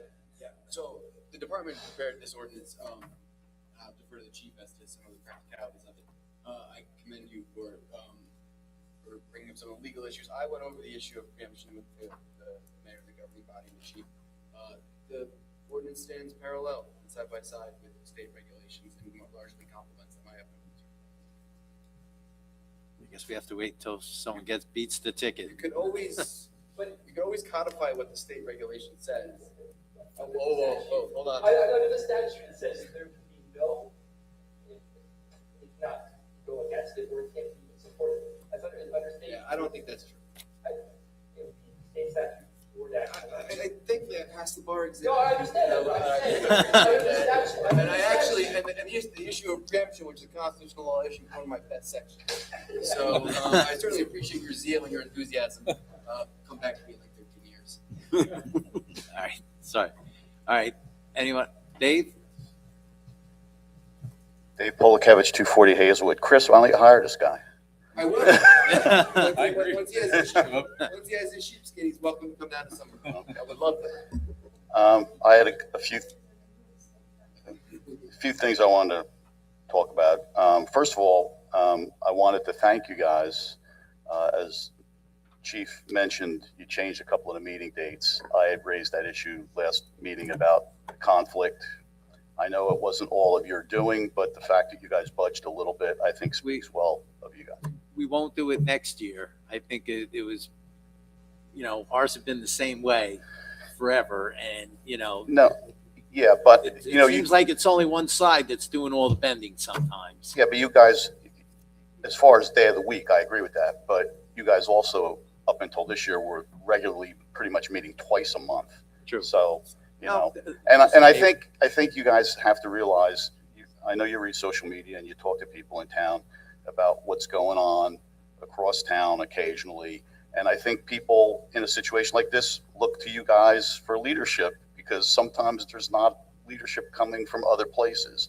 So like I said, I think the fact that you guys budged even on a couple of meeting nights speaks well of you guys. We appreciate that. And we do try and do the right thing. Okay, well, good. A couple of things I wanted to ask about. At the last council meeting, I believe Mr. Doty mentioned about a municipal court hearing regarding Hakai, that company that has been IKEA, how do you pronounce it? What happened with I didn't get a report from her on that. I can ask her.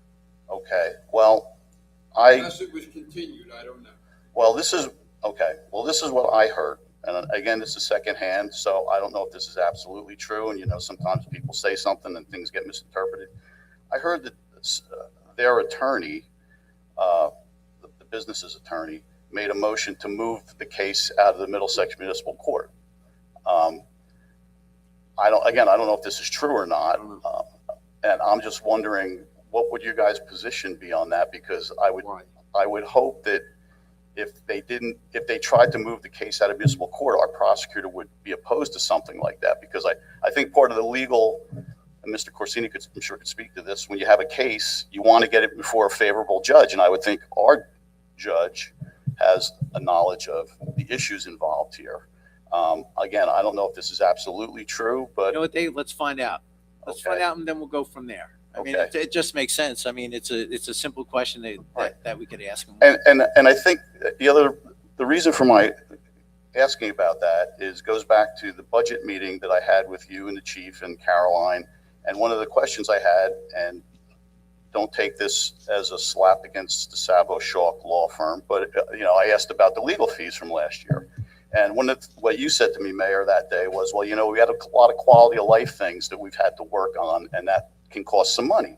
So I'm guessing that as far as this business, how do you pronounce the name again? IKEA. That Mr. Corsini has probably spent some time on that. And if he has, I think our prosecutors should be vigorous in trying to go after this firm, as a way of endorsing the work that he's put into it. Why would you have your town attorney look at this stuff, and then if the other side wants to move it out of Middlesex to give themselves a little bit of an edge or a little bit of an advantage, why would you not fight that? I understand if there was a motion and there was opposition to it, it might have to go to state superior court or something to get worked out. Okay, fine. But this company has honestly, I wouldn't be in favor of it. And one of the other things, Dave, is that we've been pursuing it because one of the earlier things was by the end of February 2026, they were supposed to have, I believe it's the air quality plan in place, which basically got the clock ticking for 1 year that they have to be remediated or up to code. And we've been after the state to find out, well, do you have it? Where is it? What's going on? And they've been a little slow to respond, and we're getting more and more aggressive as time goes on to try and to get this done. Right. Because it's nobody's problem but ours, and we're trying to take care of it. And we deal with the state. We're dealing with the courts. They are getting fined. It's fine that they get fined. Great. Who cares? We want it fixed. Right, and that's my point. That's what we're trying to get to. That's my point. You've spent time and money on this. So again, I don't know if I have all the details on this, but it sort of feeds into what Mr. Doty's saying. He didn't get a report back on it. So if their attorney made a motion to move it out of Middlesex to a different municipality, and if our prosecutor did not fight that for some reason, I don't get disturbed by that business by a lot of other people do. But if I did, and I heard that, I'd be pretty annoyed by it. I mean, I think I talked to you one time about 6-8 months ago, that one night during the summer, as far away as I live, I heard it at like 3 or 4 in the morning. And I said to myself, boy, I thought it was my next door neighbor doing something. It sounded like it was right outside my window. And I live halfway across town. And I said, you know, boy, if I had to put up with that constantly, you guys would be hearing from me a lot more than you do already, because it's unreasonable, you know? And so I just wanted to say that, you know, if what I heard is true, and you guys can check it. We're going to check it out, Dave. Okay. Because that's the first I'm hearing of it. Yeah. So we'll check it out. Okay. All right. The other thing is sort of, it not necessarily goes along with that, but I was doing one of my favorite things to do, looking through the bill list, and I saw that the legal fees from Mr. Corsini's firm, and again, this is not a slap against his firm because I don't know what they're working on, was like $31,000 for the first 2 months of this year. Okay. So if you project that out, that's $180,000 for the year. And if you project it out over the last 3 years, we've spent that would be over $500,000 in legal fees. You know, you're talking about, you know, earlier you were talking about some percentages and my calculations on how much taxes have gone up. Well, it seems to me if we're spending over $500,000 in legal fees, maybe that's. Is that what was spent? What's that? Was that was you can find out what was spent because you're on pace this year for 180. Last year it was 200. That brings you to 380, and I think the year before that it was either 150 or 180. So that takes you over 500. That gives you over $500,000. And again, I'm not trying to pick on your firm, Chris, because I saw on the bill list even the labor attorney was at $5,500 for a month. That's a lot. That's a lot for a month for them, for $5,500 compared to what they typically get paid. And I also noticed on the bill list that Mr. Corsini, his firm must have submitted this, $2,200 for tax appeal work. Okay. So we've got this situation where we've got this reval where we've got to, you know, assess a certain number of houses, 20% every year is, you know, and this was sold to us as, you know, you got to do this to keep the land values current, which I think should be done. But did we also are we dragging ourselves into court every year because we're going to get more tax appeals because of this?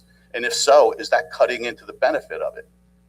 I don't know, but it's just, you know, I'm a numbers guy with taxes and, you know, finances, and I look at all this stuff and it's like, where are we going with this? Tax appeals, they drag us. What's that? For tax appeals, they drag us. Oh, well, they challenge, but I would think, but when you go through an exercise, and especially the tax assessor would be familiar with this, she knows if they go through this reassessment every year or revaluation, that a certain percentage, they expect a certain percentage of people are going to challenge it. Like I say in New York City, whatever the date the deadline is for appealing your taxes in Manhattan, there's like attorneys and legal people lined up at the office wherever they have to do it. Some people just do it automatically to try to knock a certain percentage off every year. So I mean, I don't know, are these businesses, are they residences? But it's just, are we just creating this beast that we're just going to have to keep feeding? And if $500,000 in 3 years, again, I'm not blaming Mr. Corsini because I'd like to make $500,000. My company make $500,000 in 3 years. But it's just, are we feeding something that we're not really monitoring properly? Or is there anything we could do to bring this down? Mr. Corsini, you know, when I have work done on my house, a contractor comes over my house and gives me a price. I'll say, is there any way we can knock this down? You're an attorney. Is there any way, do you have any recommendations for us to rein it in our legal costs? So I have, you and I have gone over this before. Yes, Again, many times. Right now, respectfully, I deliver some of the most detailed bills. I'm not complaining about your bills. So I would suggest, and I have suggested this every year, that every time this issue has been brought up, please spend some time with my bills. Everybody can do this as well. See the projects we're working on. They're very detailed. As you know, I've said this, I sound like a broken record. My predecessor gave one-line bills, right? You can go back and get them, right? Worked on ordinances, resolutions, memos, etc. My bills are many pages long. The governing body, mayor, administrators can review those bills, and they do. And if there's something that we're working on that we shouldn't be, by golly, let me know. No, I'm not asserting that. I'm just saying, you know, there's anything you do as a homeowner or a business owner, there's ways to maybe save some money here, this and that. And when we talked about the budget that one day, you know, and the mayor said to me, quality of life issues, that's part of it. And I said, Yeah, that made sense to me. Quality of life issues. And that's why I'm asking about the prosecutor, because it doesn't make any sense to have you working on a quality of life issue. We're paying you to do it. And if the prosecutor's not backing you up in municipal court, what are we doing? So they run on, that case in particular runs on separate tracks, right? Right. And Council President has been very active on this day as well. That runs on a property maintenance track and a municipal court track, right? So to remedy the situation, we go to property maintenance, right?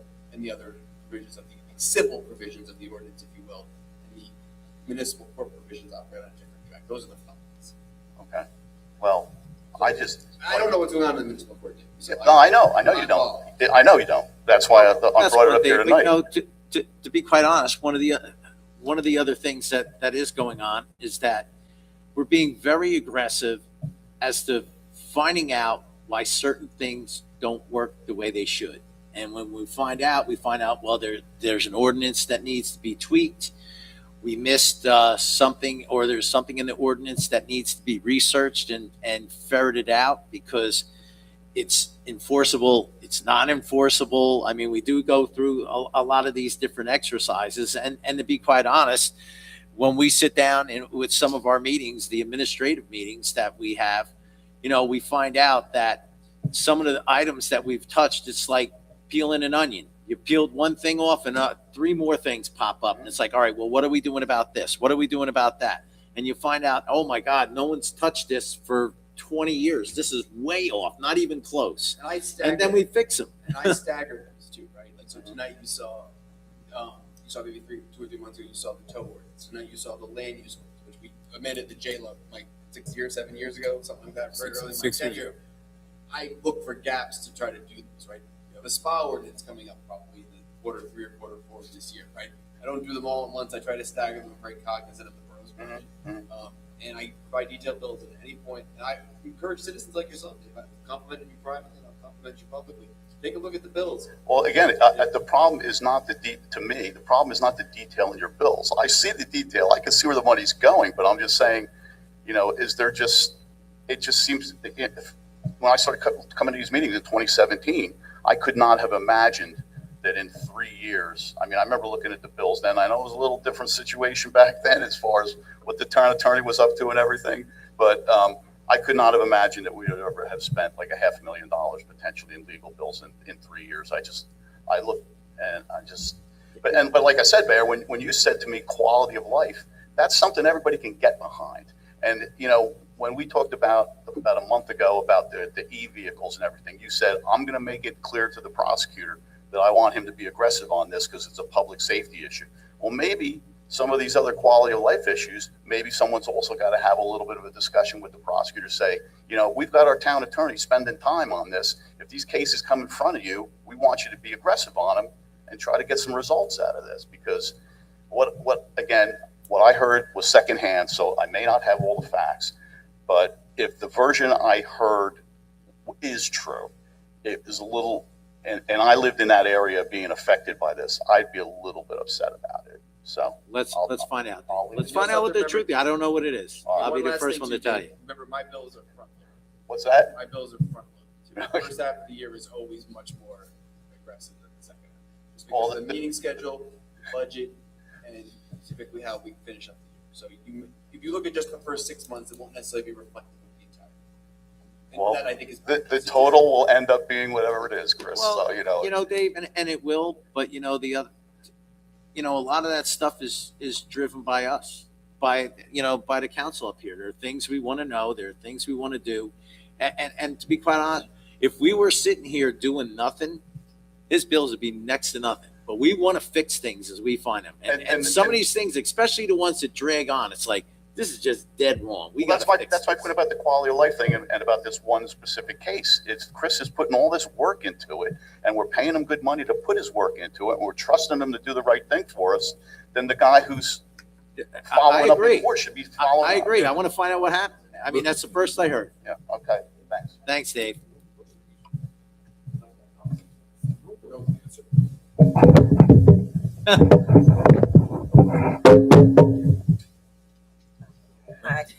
Hi. Lenny. Oh, echo, sorry.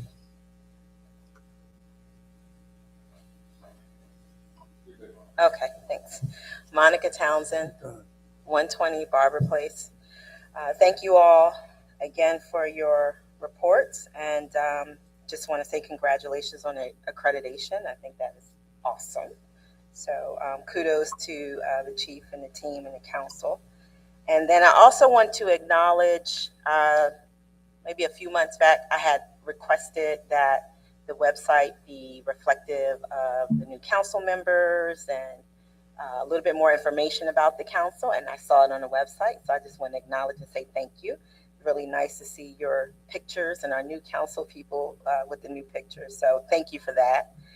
And so I had a question about, Mayor, you had mentioned the audit had no findings. I think that's what you said. No recommendations. Oh, no recommendations. Okay. That's actually a biggie.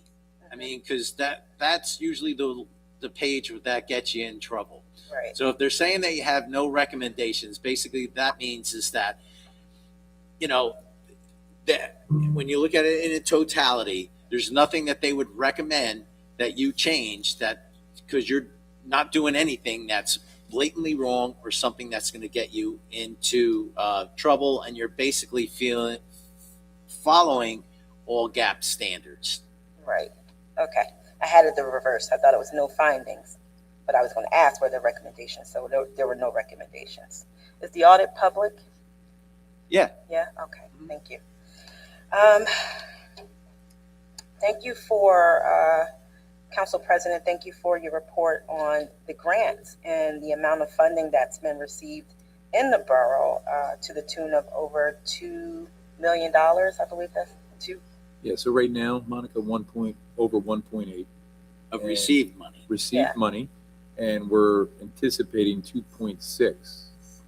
But again, received in the bank, 1.8. That's right. Awesome. But there's 815 that's almost a gimme at this point, which Yeah, is, I I think that's believe, the the final second stage. part of the Streetscape. streetscape. Yeah, which I federal. told you I was excited about, so I'm still excited about that. Federal. I don't know if you may have mentioned this, but what specifically are the categories? Are they all for like environmental upgrades? All across the board. Okay. I mean, Across the board, basically, the state presents a list of grants that are available, and we chase everything that we think we have a shot at getting money at. Yes, that makes sense. As much as you can get. I also wanted to ask about the grant writer. I know you said $30K for the grant writer. Now, is that a contract that goes out to bid, or how do we select a grant writer? It's a bid. It's at the year. Yeah, it's an RFP at the end of the year. Okay, and it's the same contractor for the last 3 years that you That's couple- identified? yes. Okay. When does the next one go out for bid? December. December. Okay. Thank you. Okay.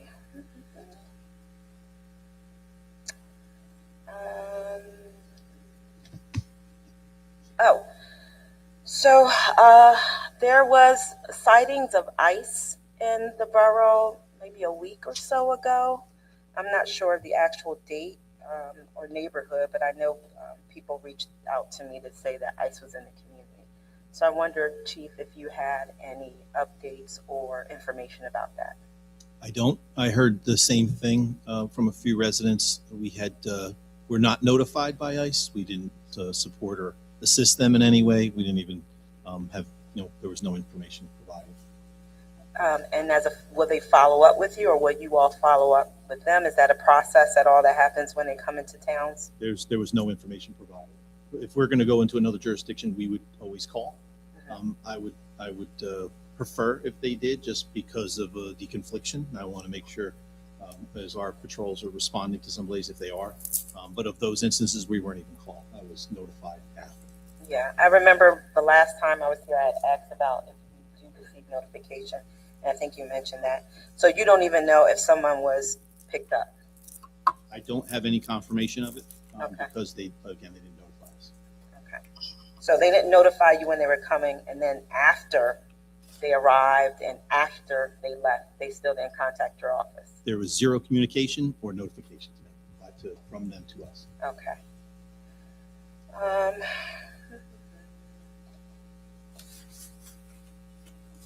Okay, so we don't know if they're coming back. Is there a process that you can request that they let you know when they're coming? There's a process. I mean, I we know. have communications with, I would contact our county prosecutor, but I don't even have confirmation that they were here. I heard that they were, but I don't have anything that says that there was no evidence of ICE was in town.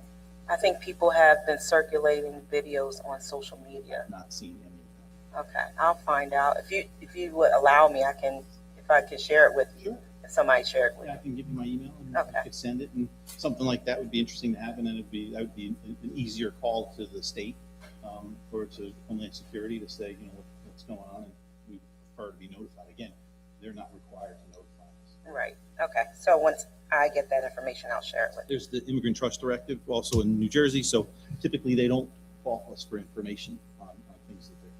Yes, I think you mentioned that last time as well. So I appreciate that you would allow me to send that to you. Sure. And then, Mayor, I mentioned this last time. I'm going to bring it up again, but I do like the Pillars of Middlesex. I just want to say that.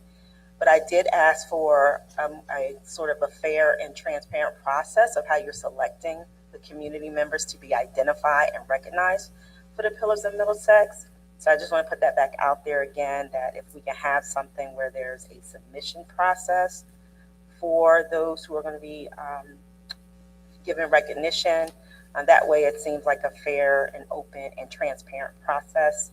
Not asking for it to happen like right away, but I'm asking for you and the council to consider it moving forward. Maybe we have a program, and if you have any recommendations, send them to us. That's not a bad idea. Yeah, only because it feels like it's getting larger, and that's great in identifying, people who are doing great things in the borough.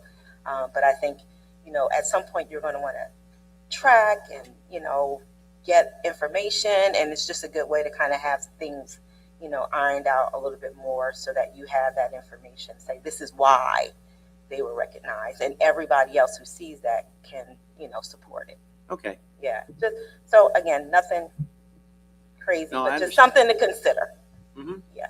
All right. Thank you. You're welcome.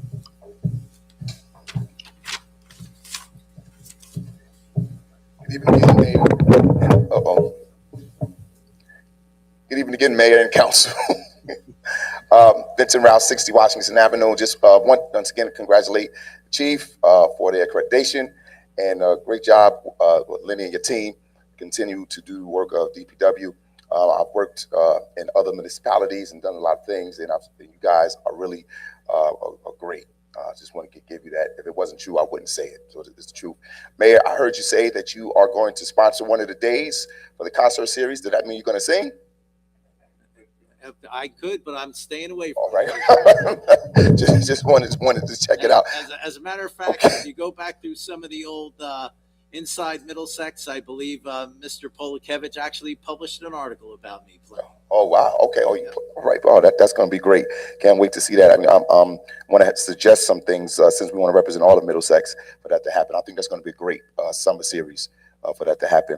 But I definitely also want to say thank you also for making sure that the dates are not the same for the Board of Education meeting and for this meeting as well. For we have, people like me, I have a child still in the district, and I want to be able to attend both of these meetings. Yeah, and so thank y'all for taking the leadership position to change that. Yeah, we went through the list. I think we got a couple of them. We couldn't move all of them. Mm. But, okay. We tried to bend as much as we could. Yep. Thank you. So lastly, just want to address all of my Middlesex Borough family. I want to once again express my sincere gratitude for your support during this primary election. I am humbled by the confidence that you have shown and grateful for everyone who has encouraged me throughout this time. I want to say thank you to the Governor, Michael Sherrill, Senator Cory Booker, and the Middlesex County Democratic Organization and the Middlesex Borough Democrats for their support and confidence. I am honored to stand alongside leaders who are committed to serving our communities and strengthen New Jersey. I'm also grateful for the servant leaders such as Assemblywoman Spates and Senator Angela McKnight, who came to Middlesex Borough for the first time to support our small businesses and stand with those facing circumstances beyond their control. Their willingness to serve and advocate for our community is greatly appreciated. I also want to thank those who may not have been able to vote for me during primary because of party affiliation, yet have expressed their support for November. Your encouragement means a great deal, and every person matters, every voice matters, and every voice deserves to be heard and represented. We must continue to recognize what happens nationally affects us locally. There are families right here in Middlesex Borough who are hurting. There are families who are struggling to put food on the table, purchase gas, pay their mortgages.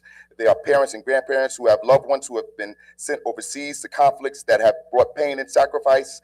Their families are concerned about immigration issues and the uncertainty surrounding them. We are also witnessing attempts to roll back civil rights and human rights, weaken environmental protections, dismantle federal programs that many families rely upon. These challenges do not only affect our urban centers, they eventually will impact communities like Middlesex Borough as well. This is why we must come together, not divided by party, but united by purpose. We can build a stronger Middlesex Borough for all, a community where everyone is valued, everyone is respected, and everyone has a seat at the table. I believe Middlesex can work together with everyone, and I believe in bringing people together. And above all, I believe that God loves everybody. So let's continue tonight building a stronger Middlesex for all. Thank you for your support, your prayers, and your belief in what we can accomplish together. Let's continue to move forward to November. Thank you.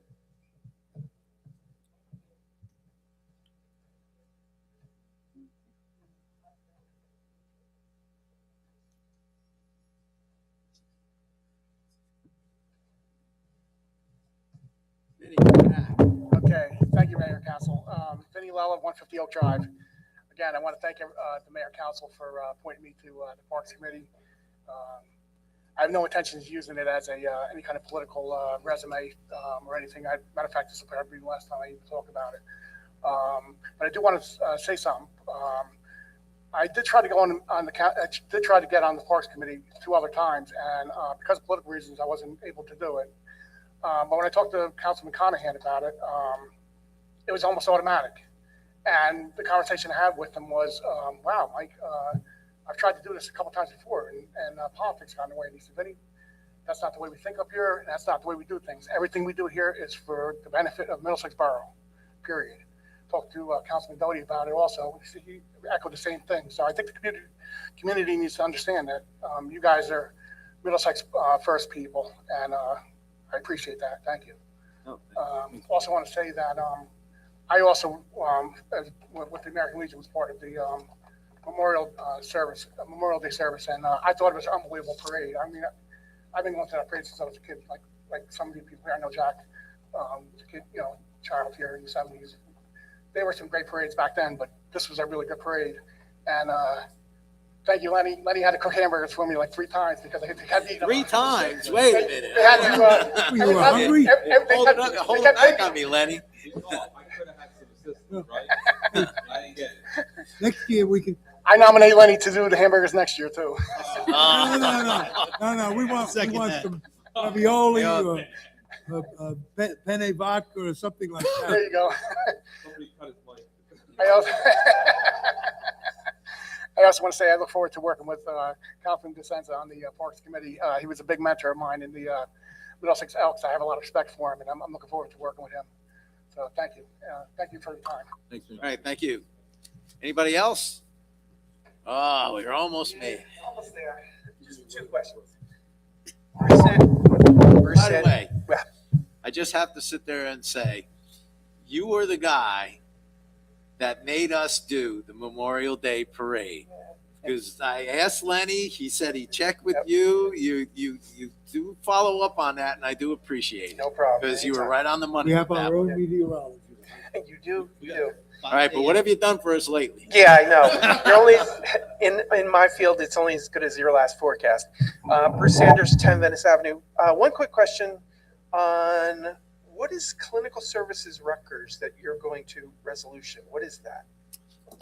That's for the employees, Bruce. That's the employees. Mental health.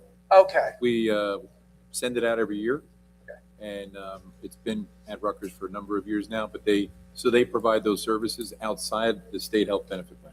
Okay. If we need it. If we need it. If an employee needs it. If an employee needs it. Right. Okay, I saw that. I'm like, well, what are we doing? Okay, a second question. On this environmental New Jersey Clean program that was presented tonight, what is the, two things. What is the reason behind this July 31st? You got to get it in by July 31st. That's one of their parameters, not our parameter. A lot of the grants have hard dates. And I think it's because that's how they're trying to figure out their state monies. That's what I think. The only thing I can figure, but Okay. they've been very aggressive on that. Yeah, I know. And A lot of our grants, Bruce, have strict deadlines. Right. No matter who it is, the state of New Jersey, NJDEP, FEMA. We have AARP, T-Mobile. We even got a grant from T-Mobile. Again, very strict deadlines. Okay. I was just kind of like, it was like a push. I know. Second thing is, it sounds like you guys have communicated with them where we would side with the program, where would we would work with them in the program. Is that listed somewhere? What do we talk to them about? You know what I mean? In terms of our side of things. Because he kept saying, if it's feasible for you guys, well, we must have been saying, hey, this is feasible for. I think what he was saying, Bruce, is if it's economically feasible. Correct. So if the money is there, if the state is giving us money to do it, then, and it makes financial sense, then we can do it. If it doesn't, we don't have to do it. Okay. But what I was getting at, there must have been some communication from nothing. Okay. I didn't communicate. No. Claire, you guys? No. Basically, they're running like.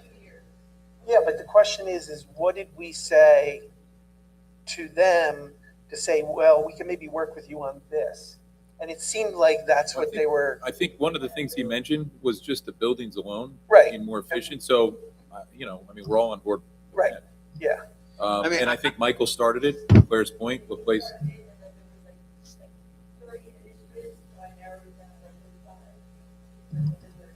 So what are those five? That's what I'm getting at. What are those five? Okay. Because that's what I'm kind That's of. where it came from. Okay.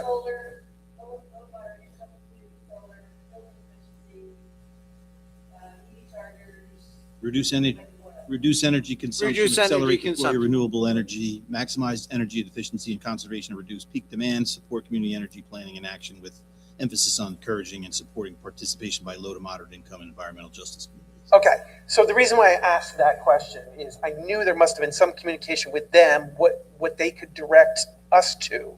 That was number one. The second thing, because of this push to July 31st, I was hoping that we're not backing ourselves into, any kind of corner. But like you said, if we find it's feasible, we talk to them, they give us the roadmap of how do we obtain.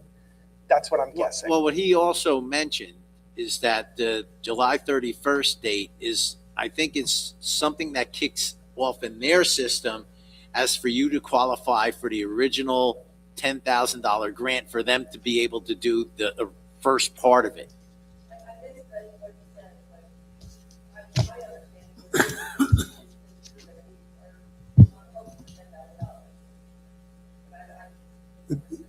I think what it is, the program to write that costs $10,000. If we approve it by July 31st, it's covered by a grant.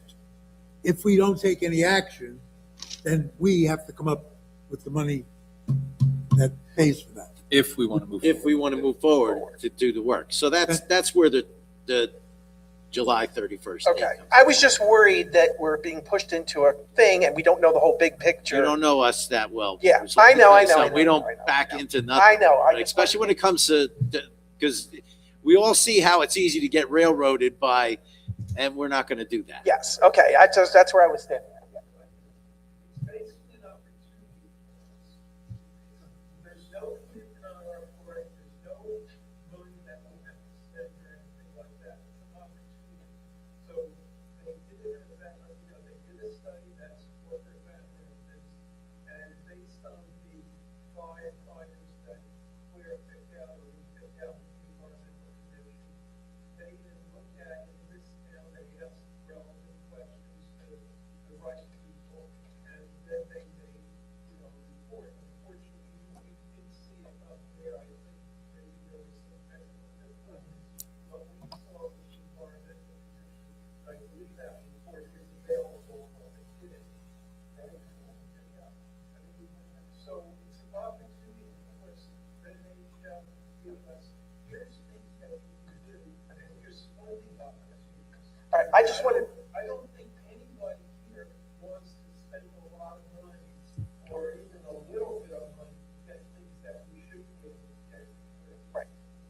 just wanted to make sure we were dotting the i's, crossing the t's, and all that kind of stuff. So far, so good. Okay. Last thing, Victor the snake, my nephew, was looking for that, so I'm glad to hear that. Lenny, where are you putting it? Same spot, yeah. By the tell him to look by the boathouse. Mayor, I just have one more question. Sure. On the agenda, one of the confusing things tonight was on the presentations. Like, we didn't know who these people were. Is there anything way in the future we could put who these people are in the agenda? So I was with Bruce. I didn't know who these. I thought they were like from the utility company or the engineers, right? I thought they were. Colliers, I got Yeah, it. you know what I'm saying? Like, I thought I would have had more questions for them had I known that they were a for-profit company. I thought they were like a nonprofit or from the utility company, and they were helping us. Right. It sounds like to me now they're not just helping us, and so I probably would have more questions had I known, in advance who they were. So maybe in the future, Like a little more detail probably be helpful. Okay. Thank you, Mayor. You good with that? Yeah, I can try. We could try. There you go. Mr. Lolo, meanwhile, if you have any specific questions that are concerns, if you want to email them to myself or Lenny, we can forward them on and get answers to. Okay. Anybody else? All right, let's motion to close the public portion. Second. All in favor? Aye. Okay. You only have 24 of them to go. Resolution 155, 2026, authorizing the award of a competitive contract to TK1 Solutions LLC of 300 Kern Road, Suite 300, Old Bridge, New Jersey, 08857 for a one-year term commencing on March 1st, 2026, in an amount not to exceed $99,981. Resolution 156, 2026, acceptance of standing reports. Resolution 157, 2026, authorizing the tax collector to waive 2026 sewer billing appeals for various properties. Resolution 159, 2026, approval of the reimbursement of $300 to Farmers Market on 28 Inc. for duplicate Board of Health license payment. Resolution 160, 2026, authorizing the tax collector to cancel off third and fourth quarter 2026 taxes for Block 196, Lot 1. Resolution 161, 2026, authorizing the tax collector to issue a tax title lien redemption for Block 291, Lot 43. Resolution 162, 2026, approving the renewal of liquor licenses for the year 2026-2027. Resolution 163, 2026, authorizing the mayor to execute the clinical services agreement between Rutgers, the State University of New Jersey, and the Borough of Middlesex effective July 1st, 2026 through June 30th, 2027. Resolution 164, 2026, approval to submit a grant application and execute a grant contract with the New Jersey Department of Transportation for the Sherman Ave, Maple Street, and Lee Drive Improvements Project. Resolution 165, 2026, accepting the resignation of Maya Nodes of Middlesex, New Jersey as a summer playground counselor in the Recreation Department, effective immediately. Resolution 166, 2026, accepting the hiring of Colin Curran of Middlesex, New Jersey as a summer playground counselor in the Recreation Department, effective June 29th, 2026. Resolution 167, 2026, accepting the resignation of Chelsea Hackney of Hillsborough, New Jersey as records clerk in the Police Department, effective June 24th, 2026. Resolution 168, 2026, governing body certification of the annual audit. Resolution 169, 2026, a resolution authorizing reimbursement of Medicare premiums for certain eligible pensioners under Chapter 3, Public Law 1973, New Jersey Health Benefits Plan. Resolution 170, 2026, special items of revenue and appropriation. Resolution 171, 2026, grant agreement between Middlesex Borough and the State of New Jersey by and for the Department of Environmental Protection, grant identifier GC 2024-00111P1. Resolution 172, 2026, approval of the towing licenses for 2026-2027. Resolution 173, 2026, approving the transfer of the 24-passenger 2015 Ford F-550 from the Department of Senior Services to the Office of Emergency Management. Resolution 174, 2026, declaring surplus items.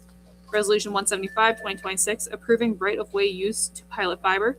Resolution 176, 2026, authorizing the application to the NJ Clean Energy Program Community Energy Planning Grant Program. Resolution 177, 2026, accepting the resignation of Christopher Doolin from the Middlesex Police Department, effective June 21st, 2026. Resolution 178, 2026, accepting the resignation of Joshua Pham from the Middlesex Police Department, effective June 18, 2026. Resolution 179, 2026, amending Resolution 25, 2026, regular meeting dates. Okay, thank you. Does anyone need to pull any of these? No? All right. Could I have a motion to approve? Motion. Second. Second? All right, any discussion? Nope. Nope. Okay, please call the roll. Council President Conahan. Yes. Councilman DeSenza. Yes. Councilman Doty. Yes. Councilman Griggs. Yes. Councilwoman Quinn. Yes. Okay, very good. Resolution 180. Pay all claims. Motion. Second. All right, discussion? All right, call the roll. Council President Conahan. Yes. Councilman DeSenza. Yes. Councilman Doty. Yes. Councilman Griggs. Yes. Councilwoman Quinn. Yes. Okay, we have no agenda workshop item tonight, so we don't need a privilege of the floor on the agenda workshop items. We do have an executive session. Any action to be taken? None. It's just a discussion. I didn't think so. So we're going to have an executive session. There will be no action taken from that. Our next meeting will be on July 14th. So read the resolution, please. Resolution 181, 2026, executive session. Okay, I need a motion. Motion. Second. All right, call the roll. Council President Conahan. Yes. Councilman DeSenza. Yes. Councilman Doty. Yes. Councilman Griggs. Yes. Councilwoman Quinn. Yes. Okay, guys, we're going to take a couple of minutes to give you guys a chance to clear out. Have a great 4th if I don't see you before then.